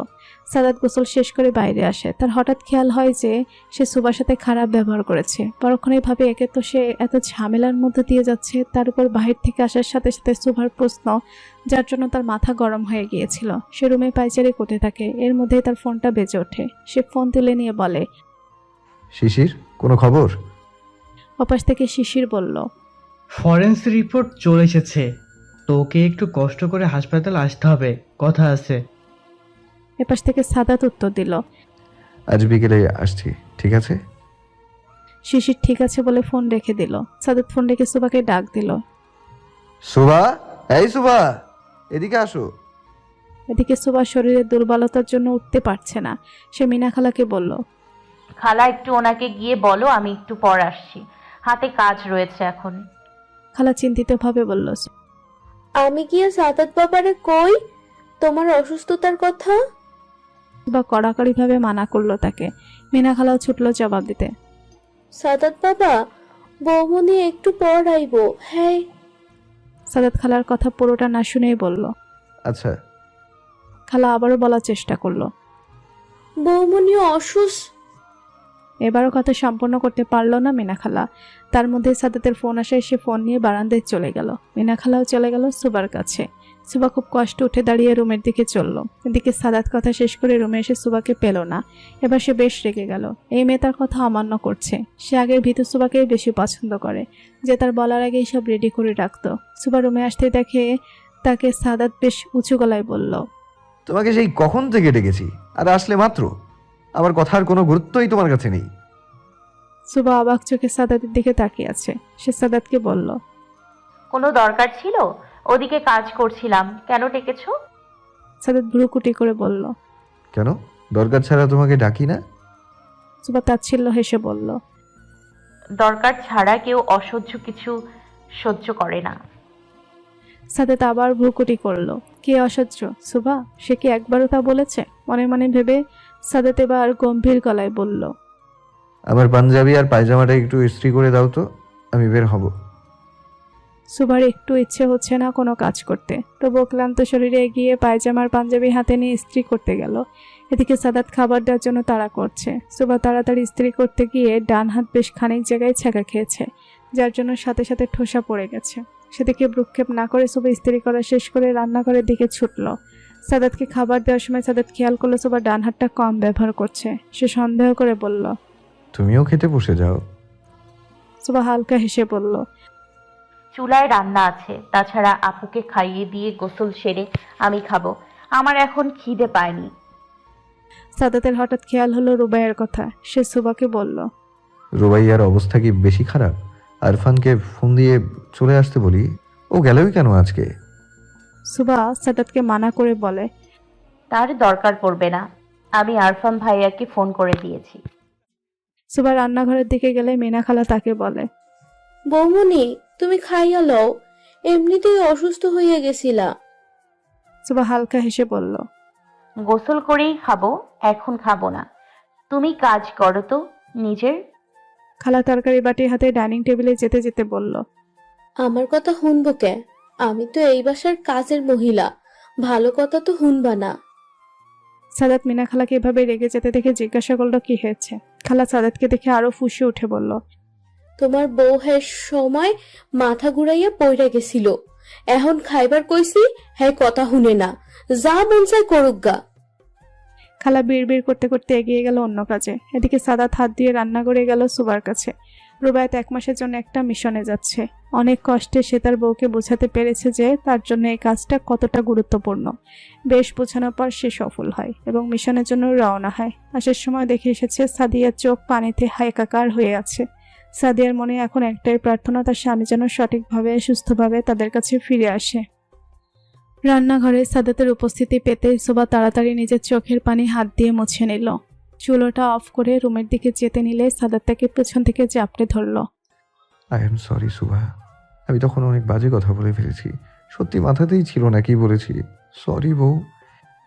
সুবা কিছু বলল না। তার গলা ধরে এসেছে, কিছু বলার শক্তি পাচ্ছে না। তা অনেক কষ্টে বলল। It's okay. সাদাত সুবার কাঁধে মাথা রেখে একটা শ্বাস ফেলল। সাদাতের শরীরটা মৃদু কাঁপছে। আচ্ছা, সাদাত কি কান্না করছে? সুবার মাথায় ভাবনাটা আসতে সে চমকে পেছন ফিরে চাইলে সাদাত তাকে বাধা দেয়। এভাবে একটু থাকতে দাও না। সুবা চোখ বন্ধ করে ফেলল। আঁকড়ে ধরল সাদাতের হাত, যা তার পেটে অবস্থান করছে। বেশ কিছু সময় পর সাদাত সুবাকে নিয়ে টেবিলে বসে তাকে নিজ হাতে খাইয়ে দেয়। সুবার চোখে এখনো পানি, ছলছল চোখে সে সাদাতের দিকে তাকিয়ে আছে। সাদাত সুবাকে দেখেও দেখেনি। বেশ কয়েকবার বলেছে কান্না থামাতে, কিন্তু সুবা নিজেকে নিয়ন্ত্রণ করতে পারছে না। সাদাত আবারও বলল। তুমি কি কান্না থামাবে না? আমি এখান থেকে চলে যাব। সুবা কিছু না বলে সাদাতকে জড়িয়ে ধরল। তার মনে ভয় বাসা বেঁধেছে, হারানোর ভয়, হারিয়ে যাওয়ার ভয়। প্রতিনিয়ত তাকে ভয়েরা কুড়ে কুড়ে খাচ্ছে। না পারছে সে কাউকে বলতে, আর না পারছে সহ্য করতে। জানো সাদাত, আমি কখনো কোনো পলিটিশিয়ানদের পছন্দ করতাম না। রাজনীতিতে আমার চরম ভয়। সেই আমি তোমাকে ভালোবেসে ফেললাম, না চাইতেও এক পলিটিশিয়ানের জীবনে জড়িয়ে গেলাম। প্রতিনিয়ত আমি ভয়ে থাকি, এই বুঝি তুমি আর ফিরবে না, এই বুঝি আমি মরে যাব। কথাটা বলে সুবা আবার চোখের পানি ছেড়ে দিল। সাদাত নিজে অনেক গম্ভীর হয়ে গেছে। সত্যি কি সাদাত ভুল করেছে সুবাকে নিজের জীবনে জড়িয়ে? কিন্তু ভালোবাসা কি এত বাদ বিচার মানে? সাদাত সুবাকে জড়িয়ে রইল। মনে মনে সাদাত নিজেকেই দোষী মনে করে। সত্যি তো, আর সুবা তার জীবনে বলেই তো প্রথমে আসিফ নামে জানোয়ার আর তারপরে কবির, এরা কোনোভাবে একে অপরের সাথে জড়িত নয় তো। সাদাত ছক কষতে লাগলো। ড্রাইভার রহমান শেষে বলা শব্দ ছিল আস, মানে কি আসিফ। আসিফের কথা মাথাতে আসতেই সাদাত হিংস্র হয়ে উঠল। সুবাকে সামলে সে বেরিয়ে পড়ল হাসপাতালের উদ্দেশ্যে। শিশির আরেকবার রিপোর্টগুলো চোখ বোলালো, তারপর বেশ গম্ভীরভাবে সাদাতকে জানালো। তোকে আমি প্রথমেই বলেছিলাম এর মৃত্যু বিষক্রিয়ার মাধ্যমে হয়েছে। লাশকে অনেক আগে থেকে স্লো পয়জন দেওয়া হচ্ছিল। তোর দেওয়া ড্রাগসের জন্য এর মৃত্যু হয়নি, তাই তুই নিজেকে দোষারোপ করা ছাড়। সাদাত একটা স্বস্তির শ্বাস ফেলল। সাদাত শিশিরের সাথে কথা বলে বাইরে আসতে সে সুবাকে ফোন দিল। হ্যাঁ সুভা, তুমি একটু কষ্ট করে গাড়িতে উঠে হাসপাতালে চলে আসো। আমি গাড়ি পাঠিয়েছি তোমাকে আনার জন্য। এর কি দরকার? চুপচাপ চলে এসো তো। অনেকদিন তোমাকে নিয়ে কোথাও ঘুরতে যাই না, আজ তোমায় নিয়ে ঘুরবো। সুবা মুস্কি এসে আচ্ছা বলে ফোন রাখলো। আজ সে সাদাতের জন্য সাজতে চায়, তাই চট করে হালকা সেজে নিল। সুবা হিজাব পরে। আজ ম্যাজেন্টা কালারে হিজাব পরায় সবার আগে তার নাকের হিরের ফুলটা চিকচিক করছে। আয়নায় নিজেকে দেখে তার নিজেরই ভালো লাগলো। সাদাতের পাঠানো গাড়ি করে সে রওনা দিল হাসপাতালের উদ্দেশ্যে। সাদাত আর শিশির কেবিনে বসে আড্ডা দিচ্ছে। সুবা হাসপাতালে পৌঁছাতেই খোঁজ নিয়ে চলে গেল ডক্টর শিশিরের কেবিনে। দোতলার ডান পাশে সিঁড়িতে উঠেই সবার প্রথমেই শিশিরের কেবিন। সুবা কেবিনের দরজায় লাগানো নেমপ্লেটটায় চোখ বোলালো। Doctor Shishir Raihan, MBBS DMC, diploma in medicine surgery, BMDC registry. Forensic department. Shuva দরজায় দুবার নক করলো, তারপর আস্তে দরজা খুলে উকি দিতেই দুই জোড়া চোখ তার দিকে স্থির হয়ে রইল। সাদাত প্রতিবারই সুবাকে দেখে এমন হ্যাং মেরে বসে থাকে তা সুবা বেশ ভালো করেই জানে। এ সাদাতের নতুন নয়, বেশ পুরনো অভ্যাস। সাদাত উঠে সুবার কাছে যেতেই শিশির তার অবাধ্য চোখ জোড়া নামিয়ে নিল। তার 30 বছর জীবনে এই প্রথম সে তার অনুভূতির অস্তিত্ব টের পেল, কিন্তু তাও কিনা এক নিষিদ্ধ অনুভূতি। নিজেরই বন্ধুর বউ, ছিছি। নিজেকে নিজের কাছে চরম বিহে উপেক্ষণ করে সে উঠে দাঁড়ালো। হালকা হেসে সে সুবাকে স্বাগতম জানালো। না চাইতেও শিশিরের নির্লজ্জ চোখ জোড়া সুবার নাক ফুলে স্থির। নাক ফুলটার জন্য যেন সুবাকে একদম স্নিগ্ধ লাগছে। সে পকেটে হাত পুরে অন্যদিকে তাকিয়ে হালকা হাসলো। না, এই অনুভূতিকে এখনই চাপা দিতে হবে। সুবা হালকা হেসে শিশিরকে ধন্যবাদ দিয়ে সাদাতের কাছে এসে দাঁড়ালো। শিশির, এই যে তোর ভাবি, দেখার জন্য তো মাথা খারাপ করে দিচ্ছিলি, আজ সুযোগ হলো তাই। আসসালামু আলাইকুম ভাইয়া, আমি সুভা তানজিম। শিশির সুবার দিকে তাকিয়ে হালকা হেসে বলল, আমি কিন্তু তোমাকে ভাবি বলতে পারবো না, এইটুকুনো পিচ্ছি। এমনিতেও তোমার বড়, আমার চেয়ে ছোট। কথাটা বলেই শিশির হাসতে শুরু করলো। সাদাত সুবা দুজনেই বুঝতে পারলো শিশিরের মশকরা, কিন্তু আসলেই কি এটা মশকরাই ছিল? সুবাকে ডাক্তার দেখিয়ে সাদাত তাকে নিয়ে ঘুরতে বের হলো। সুবার বায়নায় সাদাত তাকে নিয়ে কলেজ লেক পার্কে নিয়ে গেল। সুবার খুব ইচ্ছে ছিল সে সাদাতের হাত ধরে এক গোধূলি প্রহরে খালি পায়ে হাঁটবে, কিন্তু সাদাতের বদলেতে খালি পায়ে হাঁটা হলো না। তবে সাদাত তার হাত ধরে রেখেছে, তাতে যেন সুবা স্বর্গসুখে ভাসছে। বিকেলবেলা হওয়ায় আশেপাশে বেশ ভিড়। সুবা এতটা অনুমান করেনি। স্বাভাবিকভাবে পাশে সুদর্শন ছেলে থাকলে মেয়েরা তাকে চোখ দিয়ে গিলে খাবে, এটাই স্বাভাবিক। কিন্তু মন কি আর তা মানে? সুবা তার ঠোঁটে হাসির রেখা টেনেই বলল, একটা কাজ করা উচিত। সাদাত হালকা ভুরু কুঁচকে বলল, কি? তোমার পেছনে ইয়া বড় করে ইনি বিবাহিত লিখে দেওয়া উচিত, তাতে যদি মেয়েদের নজর একটু কম পড়ে। সুবার কথা শুনে সাদাত হো হো করে হেসে দিল। সুবা আবারও বলল, হেসো না তো, ডাইরেক্ট বুকে এসে লাগে। আমার বর, তাতেই আমি গিলে খাচ্ছি। অন্য মেয়েদের কথা আর কি বলবো। সাদাত ভুরুকুটি করে বলল, আমায় গিলে খাচ্ছ? চোখ দিয়ে। সাদাত আবার হাসলো। হাঁটতে হাঁটতে হঠাৎ সুবা থেমে গেল। সাদাতের হাতে টান পড়ায় সে পিছে ফিরে সুবার দিকে তাকালো। সাদাত ভয় পেয়ে গেল, কেননা সুবার চোখের কোণ ভিজে গেছে তার চোখের পানিতে। সাদাত এগিয়ে এসে সুবাকে ধরে জিজ্ঞাসা করে, কি হয়েছে সুভা, তুমি কাঁদছো কেন? হ্যাঁ। সুবা সাদাতকে আলতোভাবে জড়িয়ে ধরল। সাদাত, আমার ভয় হচ্ছে। তুমি আমার থেকে হারিয়ে যাবে না তো? আমাকে ফেলে প্লিজ যেও না, আমি মরে যাব সত্যি। সাদাত সুবাকে আরো শক্ত করে জড়িয়ে ধরল। সাদাত সুবার মাথায় আলতো করে চুমু দিয়ে তাকে নিয়ে পাশের বেঞ্চিতে বসে পড়ল। এত ভালোবাসো আমায়? তোমার সন্দেহ আছে? মোটেই না। আর আমি আমার এই পাগলিকে ছেড়ে কই যাব?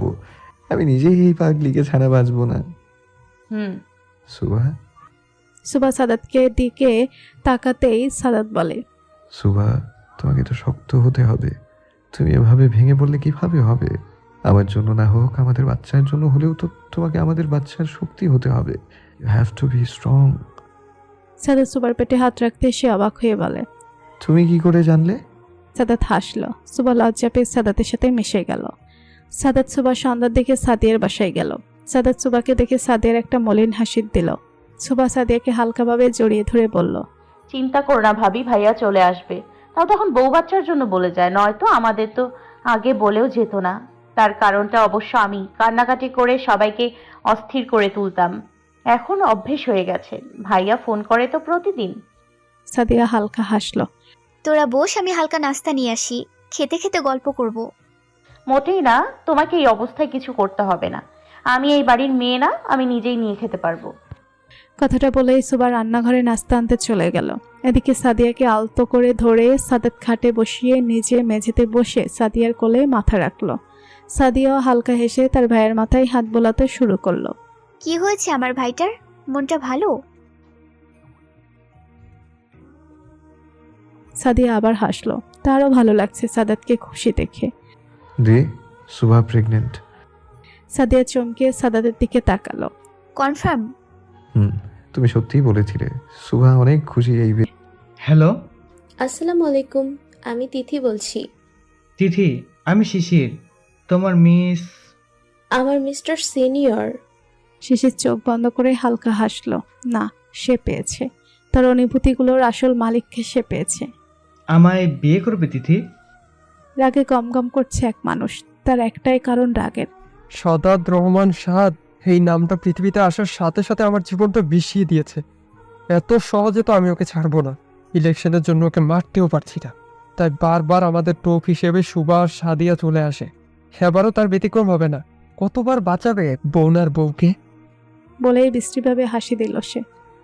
অনুভূতি এমন এক জিনিস যা সবাই নিয়ন্ত্রণ করতে পারে না।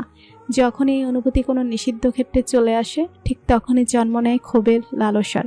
বিষয়টা শিশির জানে, তাই ক্ষণিকের ভালো লাগার অনুভূতির উপর 4টা জীবন কোনোভাবেই নির্ভর করতে পারে না। সুভার প্রতি অনুভূতিকে সে ধামাচাপা দিয়ে আপন করে নিল তিথিকে। সে জানে তিথির প্রতি তার অনুভূতি না থাকলেও তিথি তাকে প্রচণ্ড ভালোবাসে, আর সে ভালোবাসার প্রেক্ষিতে করেই সে বলতে পারে তার জীবনে আসার হলে তিথিই আসবে, হোক না তার প্রেমটা বিয়ের পরে। তবে সে চায় তিথির প্রতি তার অনুভূতিগুলো যেন থাকে একদম শীর্ষে, যাতে করে সে চাইলেও আর এই অনুভূতি থেকে নিস্তার না পায়। তিথি তার প্রস্তাবে কিছুক্ষণ থম মেরে বসেছিল, তারপর ধীরে সুস্থে একটা কথাই বলল, বাড়িতে প্রস্তাব পাঠাও। ব্যাস শিশিরের কোনো কথা না শুনেই সে ফোনটা কেটে দিল। তিথির এমন আকস্মিক আচরণে শিশির হতভম্ব হয়ে রইল কিছুক্ষণ, পরে হঠাৎই হেসে দিল সে। ওদিকে তিথির চোখ বন্ধ করে কিছুক্ষণ জোরে জোরে শ্বাস নিল। একই বলে দিল সে শিশিরকে। শিশিরের মুখে বিয়ের কথা শুনে হঠাৎই হতবিহ্বল হয়ে পড়েছিল সে। ছি, কি ভাবছে শিশির তাকে? ভাবতেই লজ্জায় শেষ হয়ে যাচ্ছে তিথি। ইস, কি লজ্জা! তিথি আবার ফোন দিল শিশিরকে। হ্যালো। আসলে মানে আমি তো তখন ভুলে ভালে কথা বলে ফেলেছি, সরি। ভুলভাল কথা বলছো? তবে কি তোমার বাসায় প্রস্তাব পাঠাবো না? না না, আমি তা বলিনি। তার মানে বাসায় প্রস্তাব পাঠাবো? আমি ওভাবেও বলিনি। শিশিরের কথার জ্বালায় ফেসে গেল তিথি। কি বলতে কি বলছে তার নিজেরই কোনো হুঁশ নেই। শিশির বুঝতে পেরে বলল, এবার না করলেও শুনবো না। আজ বুধবার, আগামী শুক্রবার রেডি থেকো, হয়তো একেবারেই আমার করে নিয়ে আসবো। তিথি শিশিরের কথার পেটে কিছু বলার মতো পেল না। সে তো এখনো হাঁ করে আছে। এ কি সেই শিশির যে তিথির অনুভূতি বুঝেও না বোঝার ভান করে থাকতো? সাদিয়ার বাসা থেকে আসার সময় রাস্তায় এক গ্যাঞ্জামে ফেসে গেল সাদাত আর সুবা। একা থাকলে হয়তো সাদাত ভয় পেত না, কিন্তু এখন সাথে সুবা আছে। তা না চাইতেও তার মনে ভয় ঢুকেছে। গাড়ি থেকে বের হতে চাইলে সুবা তার হাত ধরে বলে, যেও না, আমার ভয় করছে। কিচ্ছু হবে না সুভা, আমি আছি তো। বের হয়ে দেখি কি সমস্যা। প্লিজ সাদাত, তুমি যেও না, সত্যি ভয় পাচ্ছি। সাদাত সুবার হাত রেখে তাকে আশ্বাস দিল। তারপর গাড়ি থেকে বের হতেই তাকে 4-5 জন মিলে ঘিরে তুলল। সাদাত কৌশলে তার ফোন দিয়ে কাউকে মেসেজ করে তারপর গাড়ি থেকে বের হয়। সে সেই লোকদের উদ্দেশ্য করে বলে, কি সমস্যা? রাস্তা আটকে ঝামেলা করছেন কেন আপনারা? এই লোক সাদাতকে বলল, আপনার যে একটু আমাদের সাথে যেতে হচ্ছে বস। কেন? এর মধ্যে আরেকটা লোক বলে উঠল, এ তো কোনো ফেনোর উত্তর দিতে পারবো না। যাইতে বলছি যাইবেন, নইলে তুলে নিয়ে যাব। গায়ে হাত দেওয়ার চেষ্টাও করিয়েন না, ভালো হবে না। একজন গা জ্বালা হাসি দিয়ে ঠেস মেরে বলে, নিজে বাঁচি কিনা তার কোনো ঠিক নাই, সে আইছে ভালো হবে কিনা যাইতে। সাদাত বুদ্ধি করে সাইডে চাপলে লোকগুলো তাকে ঘেরাও করে সাইডে চেপে যায়। সে কথার ফাঁকে ইশারা দিতেই ড্রাইভার গাড়ি নিয়ে চলে যায়। এদিকে গাড়ির মধ্যে সুবা চেঁচামেচি শুরু করে দেয়। এ কি করছেন? গাড়ি থামান, সাদাত রয়ে গেছে। সাদাত! সুবা কান্না করছে। এদিকে ড্রাইভার তাকে সান্ত্বনা দিয়ে বলছে, ম্যাডাম, আমি স্যারের কথাতেই গাড়ি চালাচ্ছি, স্যার ঠিক এসে যাবে, আপনি টেনশন করিয়েন না। আপনি গাড়ি থামান, সাদাতকে ফেলে কিছুতেই যাব না। সরি ম্যাডাম, স্যারের নির্দেশ আছে বাড়ি পৌঁছে তবেই গাড়ি থামবে। রাস্তায় যাই হোক না কেন গাড়ি থামাতে বারণ করেছেন উনি। সাদাত! সুবা কান্না করতে করতে গাড়িতে শুয়ে পড়ল। ভালোই ভালোই বলছি, কি চান আপনারা? আমার পথ আটকেছেন কেন? লোকটির চিৎকারে দলের অন্য সদস্যরা হৈ হৈ করে সেদিকে ছুটে সাদাত দিল ভোদর।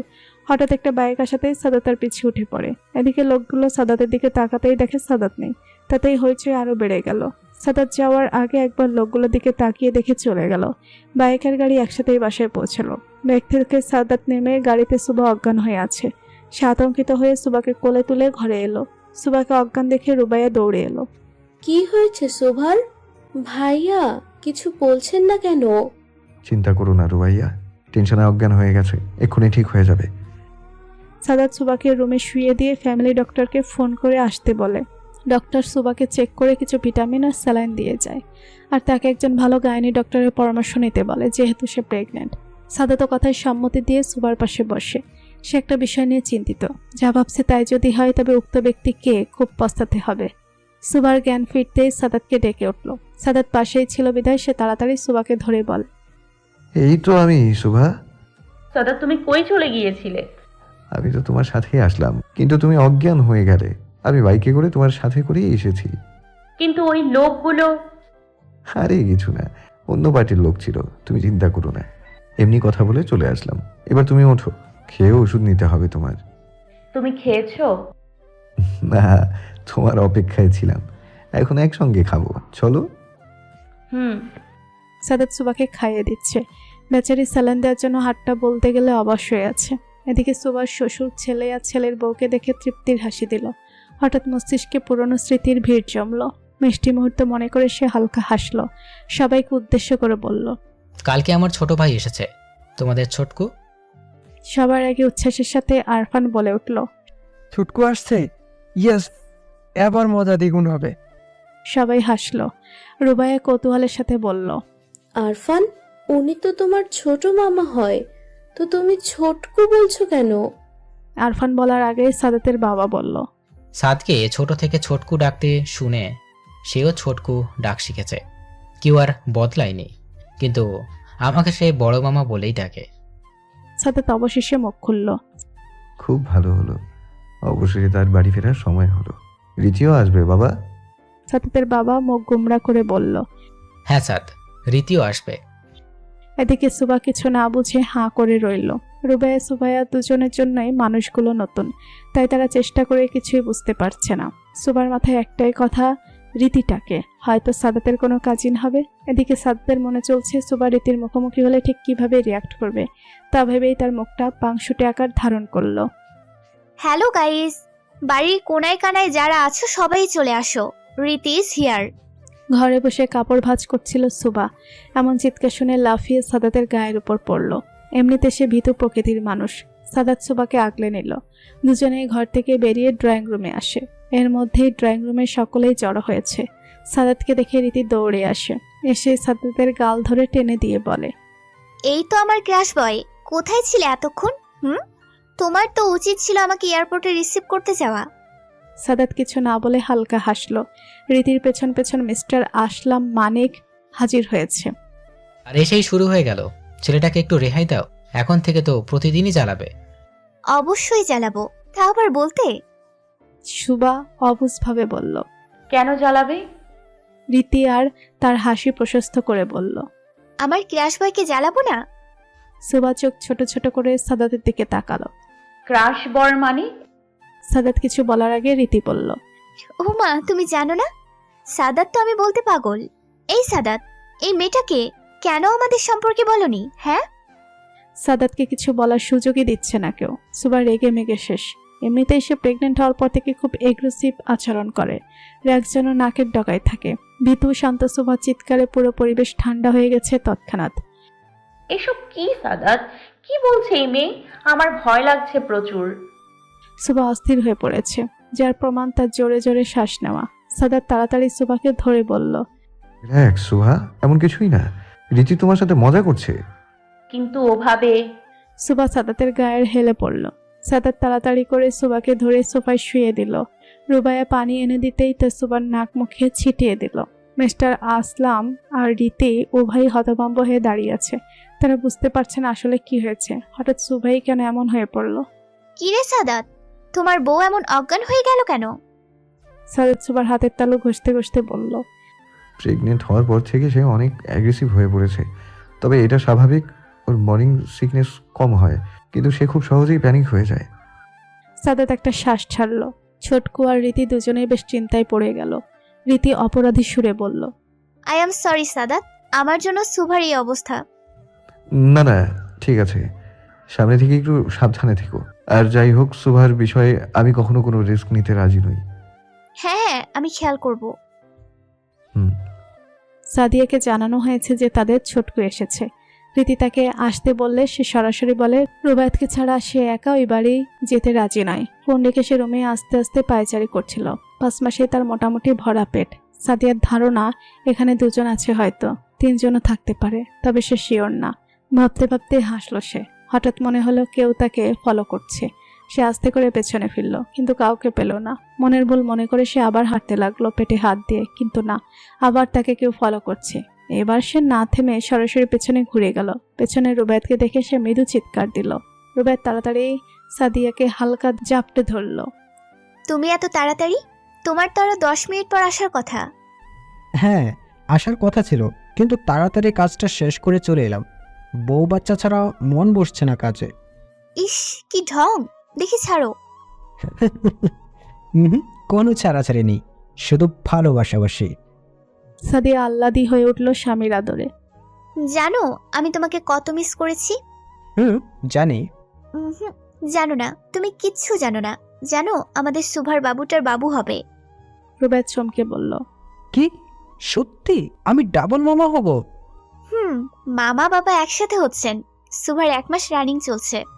এই, তোমরা প্ল্যানিং করে এসব করেছো? সাদিয়া ভুরুকুটি করে বলল, কি প্ল্যান? এই যে তোমার 5 মাস, রোবার 3 মাস, আর সুবার 1 মাস, সবার সাথে 2 মাসের পার্থক্য।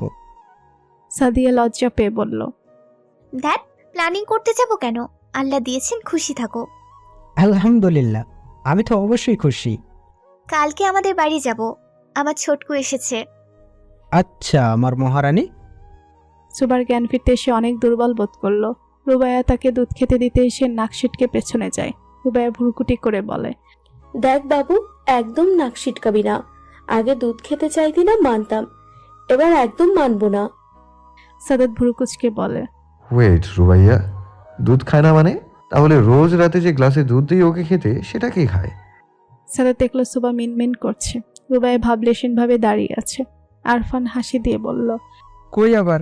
জানালা দিয়ে। সুবা চোখ বড় বড় করে তাকিয়ে রইল। হঠাৎ আরফানকে সে বলে, এই দোকানদার, আপনি জানলেন কি করে? আরফান কিছু বলার আগে সাদাত বলল, তার মানে ঘটনা সত্যি? সুবা এবার চুপ মেরে গেল। আরফান অসহায়ভাবে বলল, কিভাবে আর জানাবো? সেদিন বাগানের দিকে রুবাইয়াকে নিয়ে একটু ঘুরতে গিয়েছিলাম, কিন্তু আপনার বোন তো ঠিক ছিল, খালি আমি দুধে গোসল হয়েছিলাম। উপস্থিত সবাই হেসে দিল আরফানের কথা বলার সুযোগ দেখে। খালি দুজন বাদে একজনের দিকে ছিল গম্ভীরতা আর অন্যজনের ভয়ের তীব্রতা। হঠাৎ কথার টপিক বদলে গেলে সুবা রীতির দিকে তাকিয়ে আবার রাগান্বিত স্বরে বলে, এই আপনি এখানে কেন? আপনি যেই হন না কেন, এক্ষুনি এই বাড়ি থেকে বের হন। আমি সতীন নিয়ে ঘর করতে পারবো না, বের হন। সুবা খেয়াল করলো সবার দিকে অবাক হয়ে তাকিয়ে আছে। সে চারদিকে একবার চোখ বুলিয়ে বলল, সবাই আমার দিকে এভাবে তাকিয়ে আছো কেন? চাচি শাশুড়িকে এভাবে ঘর থেকে বের করে দিচ্ছ? এ কেমন বৌমা রে বাবা? এই সাদাত, কি মেয়ে বিয়ে করেছো বলো তো? চাচি শাশুড়ি? জি চাচি শাশুড়ি, কিন্তু ছোটকু যেমন আমাদের সাথে একদম ফ্রি, তেমনি রীতিও আমাদের বন্ধুর মতো। সে সবসময় আমাদের তার নাম ধরে ডাকতে শিখিয়েছে। সুবা অবাক হয়ে বলল। ওনাকে দেখে তো বয়স্ক মনে হয় না। সুবার কথার উত্তরে ছোটকু বলে উঠল, কেন, আমাকে বুড়ো লাগে? ও এমা, না না না, তা বলতে চাইনি। আসলে উনি তো একটু বেশি ইয়ং। সাদাত হালকা হেসে বলল, হ্যাঁ, রীতি ছোটকু চেয়ে 15 বছরের ছোট। লাভ ম্যারেজ তাদের। ও ইস, সরি কাকিমণি, আমি ভুলে তোমাকে অনেক কথা শুনিয়ে ফেলেছি। রীতি মেকির রাগ দেখিয়ে বলল। কে কাকিমণি? রীতি ডাকবে? পাগল মেয়ে। সুবা হাঁ করে তাকিয়ে রইল। শুক্রবার দিন কাজী উকিল সমেত সপরিবারে তিথির বাসায় হাজির হলো শিশির। তার এক কথা, সে আজই তিথিকে নিজের করে নিজের সাথে নিয়ে যাবে। তিনি যতই ভালোবাসুক শিশিরকে, সে আপাতত লজ্জায় নত যেন। মনে মনে সেও চায় যত তাড়াতাড়ি হোক শিশিরের হতে। ঘরোয়াভাবেই অনুষ্ঠিত হয় শিশির তিথির বিয়ে। দুজনেই আজ থেকে এক পবিত্র বন্ধনে আবদ্ধ। শুরু হলো এক নতুন পথ চলা। এর সূচনায় সাহায্য করবে অতীতের অনুভূতি ভুলতে। শিশির তিথির বিয়ের প্রায় 6 মাস অতিবাহিত হয়েছে। যেই তিথি চেয়েও শিশিরের থেকে কোনো মনোযোগ পেত না, সেই শিশির এখন তিথি বলতে পাগল। তিথি প্রতিনিয়ত অবাক হয় শিশিরের ভালোবাসা দেখে। এত সুখ যে তার কপালে লেখা ছিল ভাবতেই সে উপরওয়ালার কাছে হাজার শুকরিয়া আদায় করে।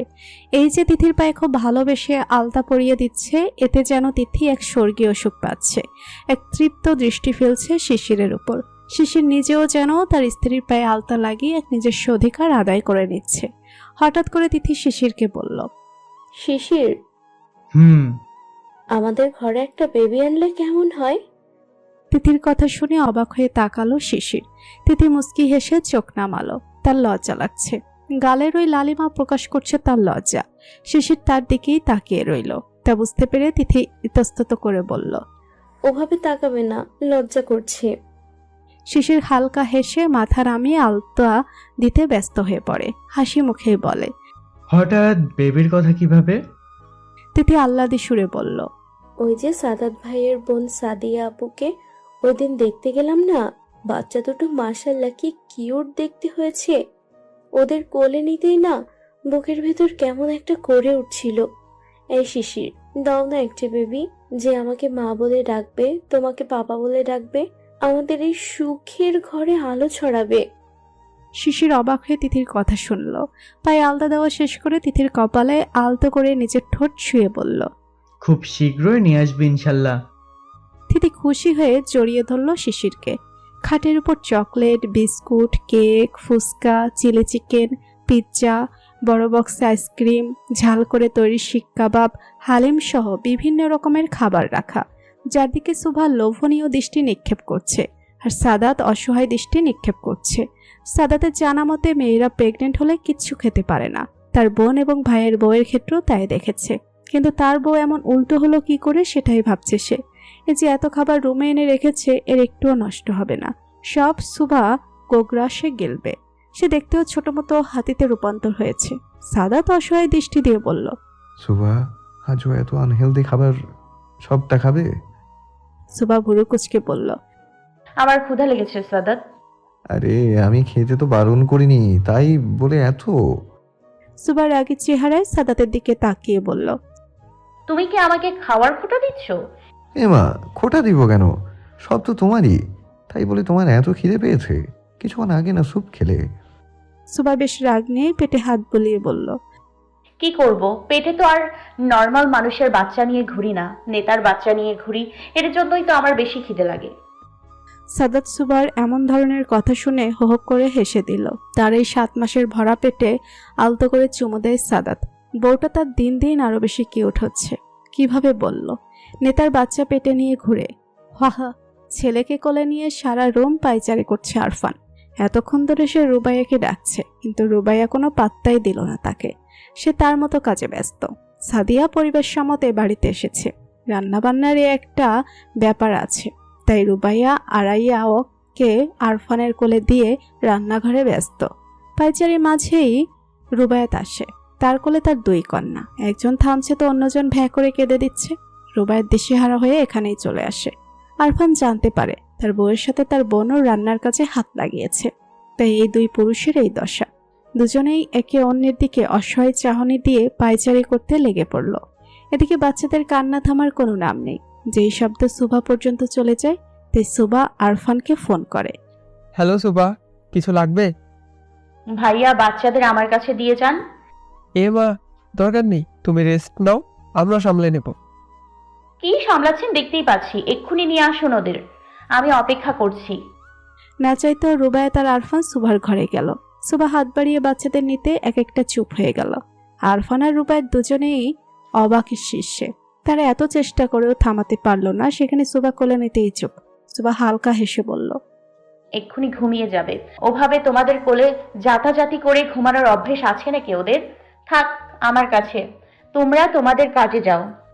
আরফান অসহায়ভাবে বলল। আর কোনো কাজ নেই গো শালিকা। সুভা দুষ্টু হেসে চোখ টিপে দিয়ে বলল। কাজ নেই তো দুজনে গিয়ে নিজেদের বউকে জ্বালাও। রুবায়াত বোনের কান টেনে দিয়ে হাসল। দুজনেই চলে গেল রুম থেকে। উদ্দেশ্য বউদের জ্বালানো। স্যার, 6 মাস তো হয়ে গেল, প্ল্যানটা তো এখনো প্রকাশ করলেন না। কি উদ্দেশ্য আপনার? সামনে থাকা ব্যক্তির গায়ে একটা কাচের বোতল ছুঁড়ে মেরে নিক্ষেপকারী লোকটি বলল। আগে বাচ্চা আসুক, পরে ওকে একে একে বাচ্চার মা সব খতম করে দেবে। সেই শোকে সাদাত বাবু পাগল হয়ে যাবে। পাশে থেকে এক লোক বলে উঠল। কিন্তু স্যার, সে আপনার... কথাটা বলার আগেই লোকটি হিংস্রভাবে বলল। না, ও আমার কেউ না। ওর জন্য আমি দেশ ছাড়া হয়েছি। এখনো ভয়ে ভয়ে থাকি। কিছুতেই আমি ওকে ছাড়বো না। আমি রাজত্ব আর রানী দুটোই চাই। স্যার, রাজত্ব ঠিক আছে, কিন্তু রানী? সেটাই তো আসল খেলা। সাদাত অফিস যাওয়ার জন্য বের হবে সেই মুহূর্তে রীতি তার সামনে আসে। চোখে মুখে এক অদ্ভুত সম্মোহন, যা দেখে সাদাত প্রচন্ড বিরক্ত। রীতি দুকদম এগিয়ে আসে সাদাতের দিকে, যা দেখে সাদাত তার থেকে দূরত্ব বজায় রেখে দুকদম পিছিয়ে যায়। যা দেখে রীতি বলে, প্লিজ সাদাত, এভাবে পিছিয়ে যেও না। একটাবার এগিয়ে দেখো, আমি এখনো সেইখানেই আছি। Just shut up Riti, don't cross your limit. তোমাকে নতুন করে আমার কিছুই বলার নেই, শুধু এইটুকুই বলবো, আমার পেছন ছেড়ে দাও।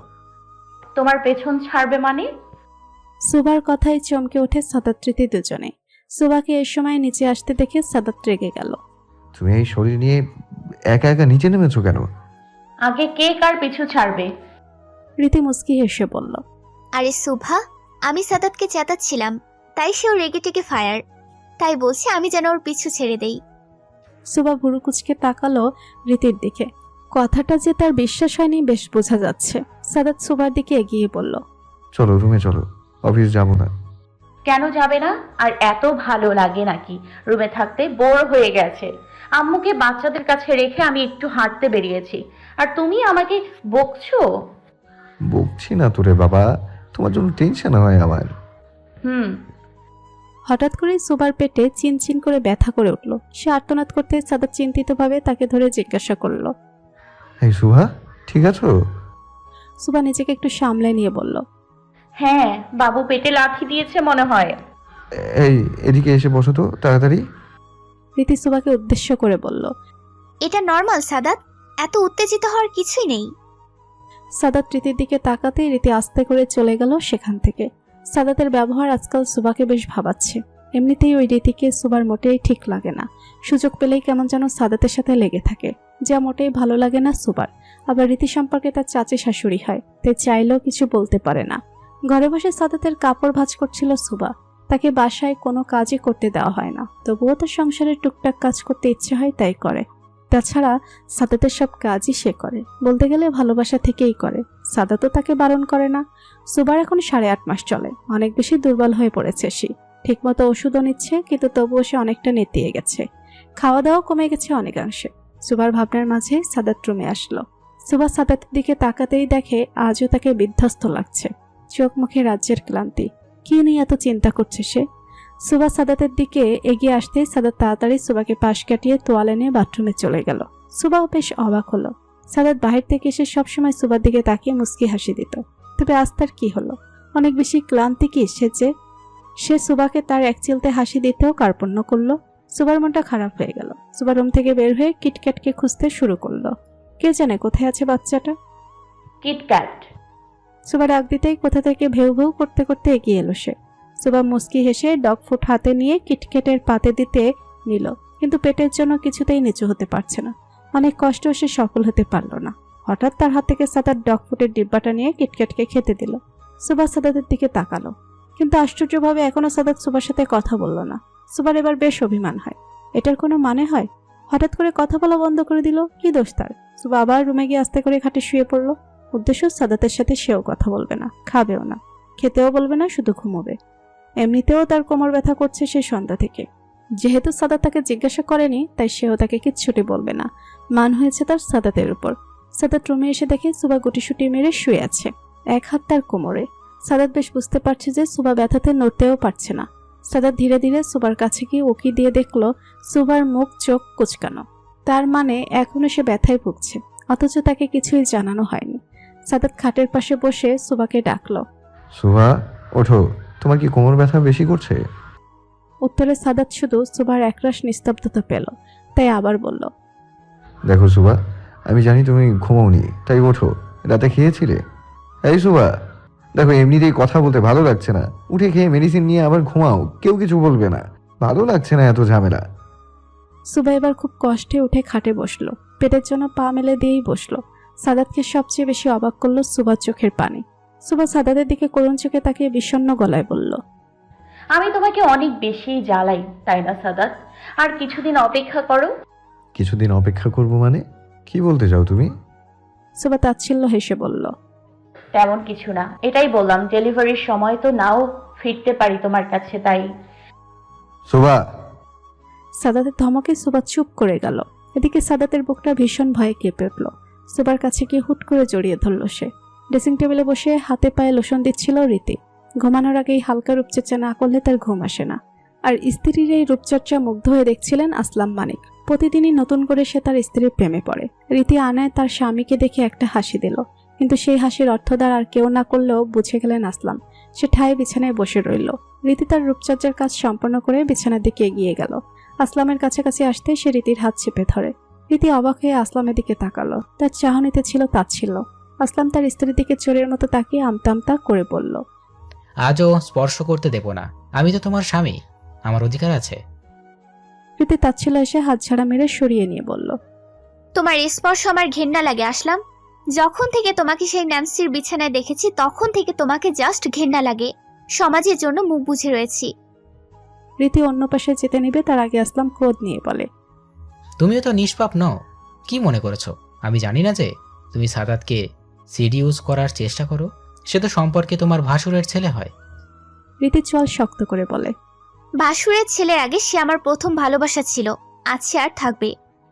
আসলাম তাচ্ছিল্য হেসে বলে, সেই ভালোবাসার জন্য বুঝি আমাকে বিয়ে করেছিলে? রীতি আসলামের কথা শুনে আর কিছু বলার সাহস পেল না। সে নিজেও বুঝতে পারছে অতীতে সে কত বড় ভুল করেছে, যার মাসুল হিসেবে দেশে এসেছে সাদাতের বিয়ের খবর শুনে, তাও সুখবর সহ, যেটা শুনেই তার গা জ্বলে উঠেছিল। এদিকে আসলাম রাগে ফেটে পড়ার মতো অবস্থা।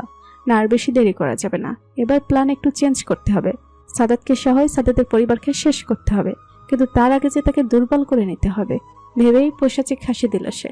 বারান্দায় বসে একের পর এক নিকোটিনের ধোঁয়া নিজের মধ্যে গ্রাস করতে লাগলো।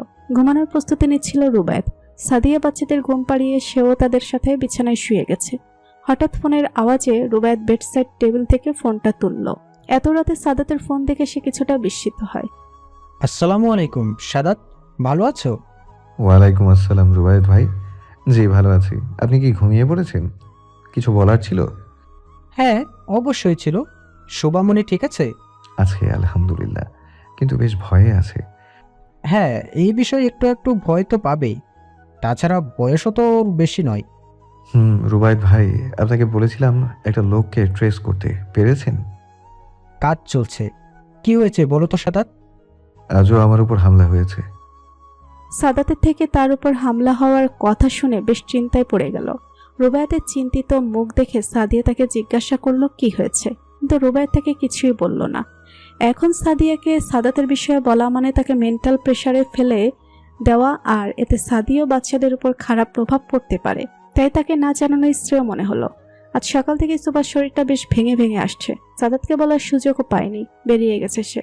কিন্তু সুবার মনে হচ্ছে আজই হয়তো তাকে হাসপাতালে যেতে হবে। সুবা অনেক কষ্টে রুম থেকে বেরিয়ে রুবাইয়াকে ডাকলো, কিন্তু সে শুনতে পায়নি। এদিকে সুবার জন্য ব্যথা ক্রমশ বৃদ্ধি পাচ্ছে। একসময় সে ব্যথা সহ্য করতে না পেরে নিচে বসে পড়ল। এত বড় বাড়িতে আর সুবার পাশে কেউ নেই। সুবা কান্না করছে আর সাদাতকে ডাকছে, কিন্তু সাদাত তো বাসায় নেই, কোথা থেকে আসবে সে? এদিকে সুবার জন্য আরো ভয়ানক হয়ে উঠেছে পরিবেশ। রীতি ফল খাওয়ার জন্য রান্নাঘরের দিকে যাওয়ার পথে সুবাকে কাতরাতে দেখে সেদিকে ছুটে যায়। সুবাকে এভাবে বসে থাকতে দেখে সে বেশ ভয় পায়। ছুটে গিয়ে সুবাকে ধরে। সে চিৎকার করে রুবাইয়াকে ডাকতে কিছুক্ষণের মাথায় রুবাইয়া হাজির হয়। বোনকে এভাবে কাতরাতে দেখে তার বুক ধুক করে উঠল। তাড়াতাড়ি এগিয়ে সে রীতি আর সে মিলে সুবাকে নিয়ে গাড়িতে বসালো। আরিয়াকে তাড়াতাড়ি কোলে নিয়ে তারা হাসপাতালের দিকে ছুটল। রীতি অনেকবার সাদাতকে ফোন দিয়েছে, কিন্তু সে একবারও ফোনটা তুলেনি। রীতি খুব ভালো করে বুঝতে পেরেছে কেন সাদাত তার ফোন তুলছে না। তাই তাড়াতাড়ি আরফানকে ফোন করতে সে বলল সেও হাসপাতালে আসছে কিছুক্ষণের মাঝে। এদিকে সুবার বিউস হওয়ার উপক্রম। রুবাইয়া তাকে সান্ত্বনা দিয়েও থামাতে পারছে না। বেশ অনেকক্ষণ পর তারা হাসপাতালে পৌঁছালো। আরফান তাদের আগে এসেই কাগজপত্রের কাজ শেষ করে। সাদাতকে সেও পৌঁছে পাচ্ছে না। বুঝতে পারছে না কেউ যে সাদাত সুবাকে 10 মিনিট পর পর ফোন দিত, সে আজ একবারও সুবার খোঁজ নিল না। সুবাকে ডেলিভারিতে নিয়ে যাবে, কিন্তু তাতে বাচ্চাতে সুভা। সে বারবার সাদাতের খোঁজ করছে। কেন যেন তার মনে হচ্ছে সে সাদাতকে শেষ দেখাও দেখতে পাবে না।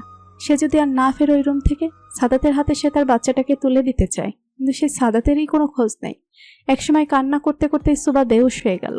ডাক্তার আর অপেক্ষা না করে তাকে নিয়ে গেল ওটিতে। সবাই বেশ চিন্তা করছে। সুবার অবস্থা বিকটিক। সাদিয়া, রুবাইয়া, আরফান, রীতি, এমনকি মিনা খালাও হাসপাতালে এসেছে। সবাই একটাই দোয়া করছে, সুবা তাড়াতাড়ি ঠিক হয়ে ফিরে আসুক। একদিকে সাদাতের চিন্তা, অন্যদিকে সুবা। সাদাতকে সে সকাল থেকে পাওয়া যাচ্ছে না। রুবায়েতকে বিষয়টা জানাতেই সে ছুটে গিয়েছে সাদাতের খোঁজে। সুবার শ্বশুর বেশ অসুস্থ হয়ে পড়েছে। ছেলেও ছেলের বউয়ের খবর শুনে। সে দেশের বাইরে ব্যবসায়িক কাজে গিয়েছে। এদিকে সাদিয়ার কান্না করতে করতে বেহাল অবস্থা। রীতি বারবার তাকে সান্ত্বনা দিচ্ছে। সুবাকে সি সেকশন করানো হয়েছে, তার অবস্থা বেশি ভালো নয়, তাকে আইসিইউতে রাখতে হয়েছে। একটা ফুটফুটে ছেলে বাবু হয়েছে তার, কিন্তু আফসোস এখন পর্যন্ত না তো সে তার ছেলেকে দেখতে পেয়েছে আর না সাদাত। সবাই মোটামুটি ধারণা করেছে সাদাতের নিশ্চয়ই কোনো বিপদ হয়েছে, নয়তো এতটা দায়িত্বহীন সে নয়। সুবার মা পাথরের ন্যায় আর নাতিকে কোলে নিয়ে বসে আছে। মেয়েটা তার বাঁচবে কিনা সন্দেহ। এদিকে মেয়ে জামাইয়ের কোনো খোঁজ পাওয়া যাচ্ছে না। সে তার এই নাতিকে নিয়ে কই যাবে? এতটুকু বাচ্চা এখন পর্যন্ত তার মা বাবাকে দেখলো না। প্রায় 2 দিন হতে চলল সাদাতের কোনো খোঁজ নেই। সবার তার চিন্তায় মশগুল। সুবার অবস্থা আগের চেয়ে একটু ভালো হলেও সে এখনো বিপদমুক্ত নয়। বাচ্চাকে নার্সেরাই সুবার কাছে এসে ফিডিং করায়। সুবার জ্ঞান ফিরলেও সে এখনো ঘোরের মাঝে আছে। ওষুধ দিয়ে তাকে ঘুম পাড়িয়ে রাখা হয়। আসলাম মানিক কোনো কাজে যেন ঢাকার বাইরে গেছে। রীতি জানার চেষ্টাও করেনি, কিন্তু আজ হঠাৎই কি মনে করে সে আসলামকে ফোন দিল। তুমি আমাকে ফোন দিয়েছো, আমার বিশ্বাসই হচ্ছে না। কই তুমি আসলাম? তোমাকে বললাম না ঢাকার বাইরে এসেছি কাজে। সেটা আমিও জানি। কোথায় আছো সেটা জানতে চাইছি। জায়গার নাম বলো, আমার কিছু চাই। কি চাই জান তোমার? শুধু একটিবার বলো আমাকে। আমি এখনই সিরাজগঞ্জ আছি। আসলাম কথা বলছে, তার মাঝে রীতি টের পেল ওপাশ থেকে বেশ ধস্তাধস্তির আওয়াজ আসছে। হঠাৎ করে সব শব্দ বন্ধ হয়ে গেল। আসলাম বেশ রাগী স্বরে এবার বলল, তুমি কি আমাকে জেরা করছো রীতি? এত সাহস? রীতি এবার থতমতো খেয়ে বলল, আমি চেয়েছিলাম তোমার সঙ্গে সব ঠিক করে নেব। সাদাতের তো ছেলে হয়েছে, ওর জীবনে আর দখল দিয়ে আমার লাভ নেই। তোমাকে নিয়েই আবার নতুন করে সবটা শুরু করব। আসলাম অত্যাধিক খুশি হয়ে বলল, সত্যি বলছো জান? সত্যি? সত্যি। আমি এখনই আসছি তোমার কাছে। না না, তুমি কাজ শেষ করেই আসো। আমি অপেক্ষা করব ঠিক সময়ের। আমি তোমাকে সারপ্রাইজ দিতে চাই। আসলাম মানে খুশি হয়ে ফোনটা রেখে দিল। এদিকে রীতি ফোন রেখে মুস্কি হাসলো। রুবাদ সর্বোচ্চ চেষ্টা করছে সাদাতকে খোঁজার, কিন্তু কোনোভাবেই কুলো পাচ্ছে না। ঘটনা মোতাবেক সাদাত বাসা থেকে বের হয়েছিল তার অফিসের উদ্দেশ্যে, কিন্তু তার গাড়ি পাওয়া গেছে অন্য হাইওয়ের মাঝখানে। কিন্তু সাদাতের যাওয়ার কথা যেদিকে, সে সম্পূর্ণ উল্টো দিকে কি করতে গিয়েছে। রুবাদ সাদাতের নাম্বার ট্র্যাক করেও কিছু জানতে পারেনি। নাম্বারটা বন্ধ দেখাচ্ছে। রুবাদ তার ফোর্স দিয়ে সাদাতের ফোনে কখন কার ফোন এসেছে তার লিস্ট নিয়েছে। সেই লিস্ট অনুসারে সাদাত শেষ কলে কথা বলেছে শিশির রায়হানের সাথে, কিন্তু রুবায়েতের জানা মতে সে সাদাতের বন্ধু। আচ্ছা, সে কি সাদাতের বিষয়ে কিছু জানতে পারে? রুবায়েত দেরি না করে শিশিরের কাছে যাওয়ার উদ্দেশ্যে বের হলো। এখন শিশিরই পারবে তার প্রশ্নের উত্তর দিতে। শিশির সে কখন থেকে সাদাতের খোঁজ চালানোর চেষ্টা করছে, কিন্তু কিছুতেই তার কোনো খোঁজ পাচ্ছে না। আজ 2 দিন ধরে তার কোনো খোঁজ নেই। বাসার নাম্বারে ফোন দিলেও কেউ তুলছে না ফোনটা। এর মধ্যে রুবায়েতকে তার কেবিনে আসতে দেখে সে উঠে দাঁড়ালো। রুবায়েতকে সে চেনে না, তাই শিশিরকে রুবায়েত নিজের পরিচয় দিল। সাদাতের বোনের হাজবেন্ড কথাটা শুনে সে ভাবলো তার কাছ থেকেই হয়তো সাদাতের খোঁজ নেওয়া যাবে। সে রুবায়েতকে বসতে বলে, মিস্টার রুবায়েত, আপনি কি সাদাতের খোঁজ দিতে পারবেন? কোথায় আছে ও? 2 দিন ধরে তার কোনো খোঁজ আমি পাচ্ছি না। রুবায়েত শিশিরের কথা অবাক হয়ে বলল, তার খোঁজ নিতে আমি আপনার কাছে এসেছি। সাদাত কোথায় সেটা তো আপনার ভালো জানার কথা। সাদাতের ফোন থেকে শেষ ফোনটা আপনার ছিল। শিশির ভুরু কুচকাল। সে বুঝতে পারছে না রুবায়েতের কথা। সে কি করে জানবে সাদাত কোথায়? সাদাতের সাথে আমার 2 দিন ধরে যোগাযোগ নেই। আমি কি করে জানবো? আমি তার ফোনে কম হলেও 2 থেকে 300 বার কল করেছি, বাসায়ও ফোন করেছি, এমনকি সুবাহকেও ফোনে পাচ্ছি না। শোভা হসপিটালে মুমূর্ষু অবস্থায় পড়ে আছে, তাকে না পাওয়াটাই স্বাভাবিক। শিশির প্রচন্ড অবাক হয়ে বলল, কি হয়েছে সুবাহার? ও ঠিক আছে তো? আর ওর বাচ্চা ঠিক আছে? কোথায় আছে সাদাত? রুবায়েত একটা নিঃশ্বাস ফেলে বলল, সাদাত শোভার ছেলে হয়েছে, কিন্তু আমার বোনের অবস্থা তেমন ভালো নেই। তার মধ্যে সাদাতকে 2 দিন ধরে খুঁজে পাওয়া যাচ্ছে না, সাদিয়াকেও সামলাতে পারছি না। আর ইউ শিওর তুমি জানো না সাদাত কোথায়? জানলে আমি চলে যেতাম ওর কাছে। তবে একটা কথা, ও যেদিন থেকে শুনেছে ওর নিজের কাকা ওর সাথে বেইমানি করেছে, ও ভেঙে পড়েছিল। শিশিরের কথা শুনে রুবায়েত অবাক হলো। ওর কাকা মানে ছোটকু? হ্যাঁ। তুমি কি জানো আমাকে একটু বলো তো শিশির। তুমি করে বললাম। না না না, ঠিক আছে।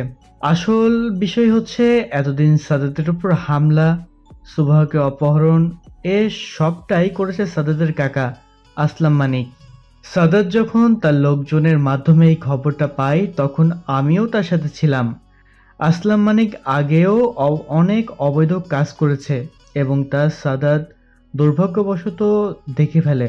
তখন সাদাতের বয়স খুব বেশি নয়, টিনেজ বলা চলে।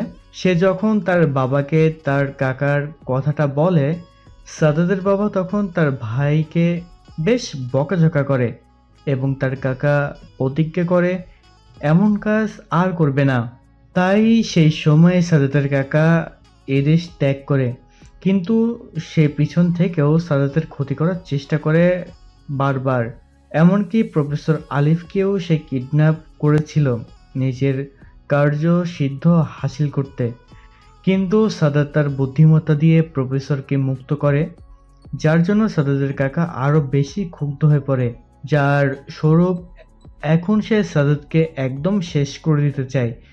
জানি না সাদাতের কাকাই তার কোনো ক্ষতি করেছে কিনা।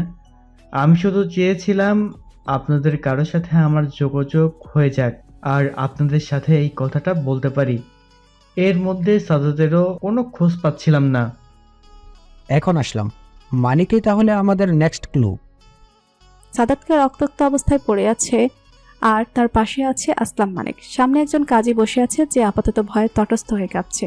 তাদের কিছু দূরে চেয়ারে বসে চিৎকার করছে রীতি। এখন বিষয় হচ্ছে সে কিভাবে এখানে আসলো। সাদাত যখন অফিসের রাস্তায় যাচ্ছিল তখনই তার উপর হামলা হয়।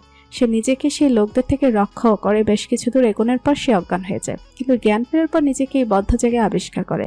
সবচেয়ে বেশি অবাক হয় তার পাশে আসলাম মানিককে দেখে, কেননা সাদাতের এখন সবচেয়ে বেশি জঘন্য লাগছে তার ছোটকুকে।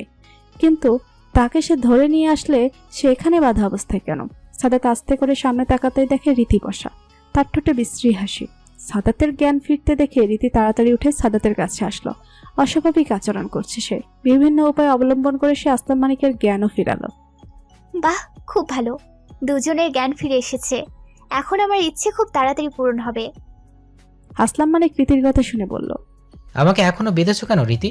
তুমি তো আমার সাথে সব নতুন করে শুরু করতে চেয়েছিলে, তাই না? রীতি জোরে হেসে বলে, হ্যাঁ, শুরু তো আমি করবই, তবে তোমার সাথে না, সাদাতের সাথে, আমার ভালোবাসার সাথে। না, তুমি না বলে কিছুই হবে না আসলাম। আমি তোমার সামনে এক্ষুনি সাদাতকে বিয়ে করব। সাদাত এখনো ঘোরের মাঝে আছে। তার সাথে গুন্ডাদের বেশ ধস্তাধস্তি হয়েছে, কিন্তু পেছন থেকে মাথায় বাড়ি দেওয়ায় আর নিজেকে রক্ষা করতে পারেনি সে। তার রেশ এখনো রয়ে গেছে। পানি পিপাসায় তার গলা শুকিয়ে কাট। সে অনেক কষ্টে বলল, পানি। রীতি তাড়াতাড়ি পানি এনে সাদাতকে ধরে পানি খাওয়ালো, তারপর আবার ডাবের পানি দিল। রীতি কাজীকে বলল যত দ্রুত সম্ভব বিয়ের কাজ শুরু করতে। এদিকে আসলাম মানিক কান্না করে বলছে রীতিকে থামতে। কিছুক্ষণ পর সাদাত মাথা তুলে দেখে রীতির পাগলামি। সে চুপ থেকে সব লক্ষ্য করলো, খুব শান্ত ভঙ্গিতে বলল, এসব কি রীতি? আমাকে এখানে তুলে আনার মানে কি? রীতি সাদাতের কাছে এসে তার গালে হাত দিয়ে আদুরে স্বরে বলল, মানে আছে তো সাদাত, এক্ষুনি আমি তোমাকে বিয়ে করব। আমি তোমাকে অনেক ভালোবাসি, অনেক। এইসব পাগলামির মানে কি রীতি? তুমি আমি দুজনেই বিবাহিত, তাই এই বিয়ের কোনো বৈধতা নেই। আমাকে ছাড়ো। রীতি পাগলের মতো আচরণ করছে। কেন বৈধতা হবে না সাদাত? আমি তোমাকে ভালোবাসি। আমরা দুজন দুজনকে অনেক ভালোবাসতাম। আমি তোমাকে কখনোই ভালোবাসিনি রীতি, আর না তোমাকে ভালোবাসি। তুমি আমাকে জেলাস ফিল করানোর জন্য মিস্টার আসলাম মানিককে বিয়ে করলে। তবুও কি কোনো লাভ হয়েছে? কেন আমার পিছন ছেড়ে দিচ্ছ না? না না না, কখনোই আমি তোমাকে ছাড়বো না। আজ এবং এক্ষুনি তোমাকে আমায় বিয়ে করতে হবে। আমি আমার স্ত্রী সুভাকে অসম্ভব ভালোবাসি, তাই তোমাকে বিয়ে করার কথা কল্পনাতেও আনতে পারবো না। কল্পনা নয়, এটা বাস্তবে হবে। আর সুভা সুভা বাঁচে না মরে তার কোনো ঠিক নেই। মনে হয় বাঁচবে না। আর এই আসলামকে আমি মেরে দেব, তাহলে আমাদের পথের কাঁটা দূর হবে। সাদাত আতকে ওঠে। সুবা বাঁচবে না মানে কি? কি হয়েছে সুবার? রীতি, সুভা কোথায়? কি হয়েছে আমার সুভার? বেশি কিছু না, ডেলিভারিতে অনেক কমপ্লিকেশন চলে এসেছে। সাদাত আর কিছুই যেন শুনতে পাচ্ছে না। বুকটা প্রচন্ড আওয়াজ করছে, ধুক ধুক। অজানা ভাইয়ের শরীরে ঘাম দিচ্ছে বারবার। এদিকে আসলাম মানিক চেঁচাচ্ছে, এই সাদাত জবে থেকে জন্মেছে আমার সব কেড়ে নিয়েছে। এর জন্য শান্তিতে বাঁচতেও আমি পারছি না। ইস, আরেকটুর জন্য ওকে আমি মারতে পারলাম না। ও আমাকে আমার রাজত্ব থেকে বঞ্চিত করেছে। এখন আমার স্ত্রীকেও কেড়ে নিচ্ছে। আমি ওকে কিছুতেই ছাড়বো না সাদাত। আসলামের হুঙ্কারে রীতি দৌড়ে এসে তার গালে ভীষণ জোরে এক চড় বসিয়ে দিল। কত বড় সাহস! আমার সামনে আমার ভালোবাসাকে শেষ করবে বলে হুঙ্কার করিস?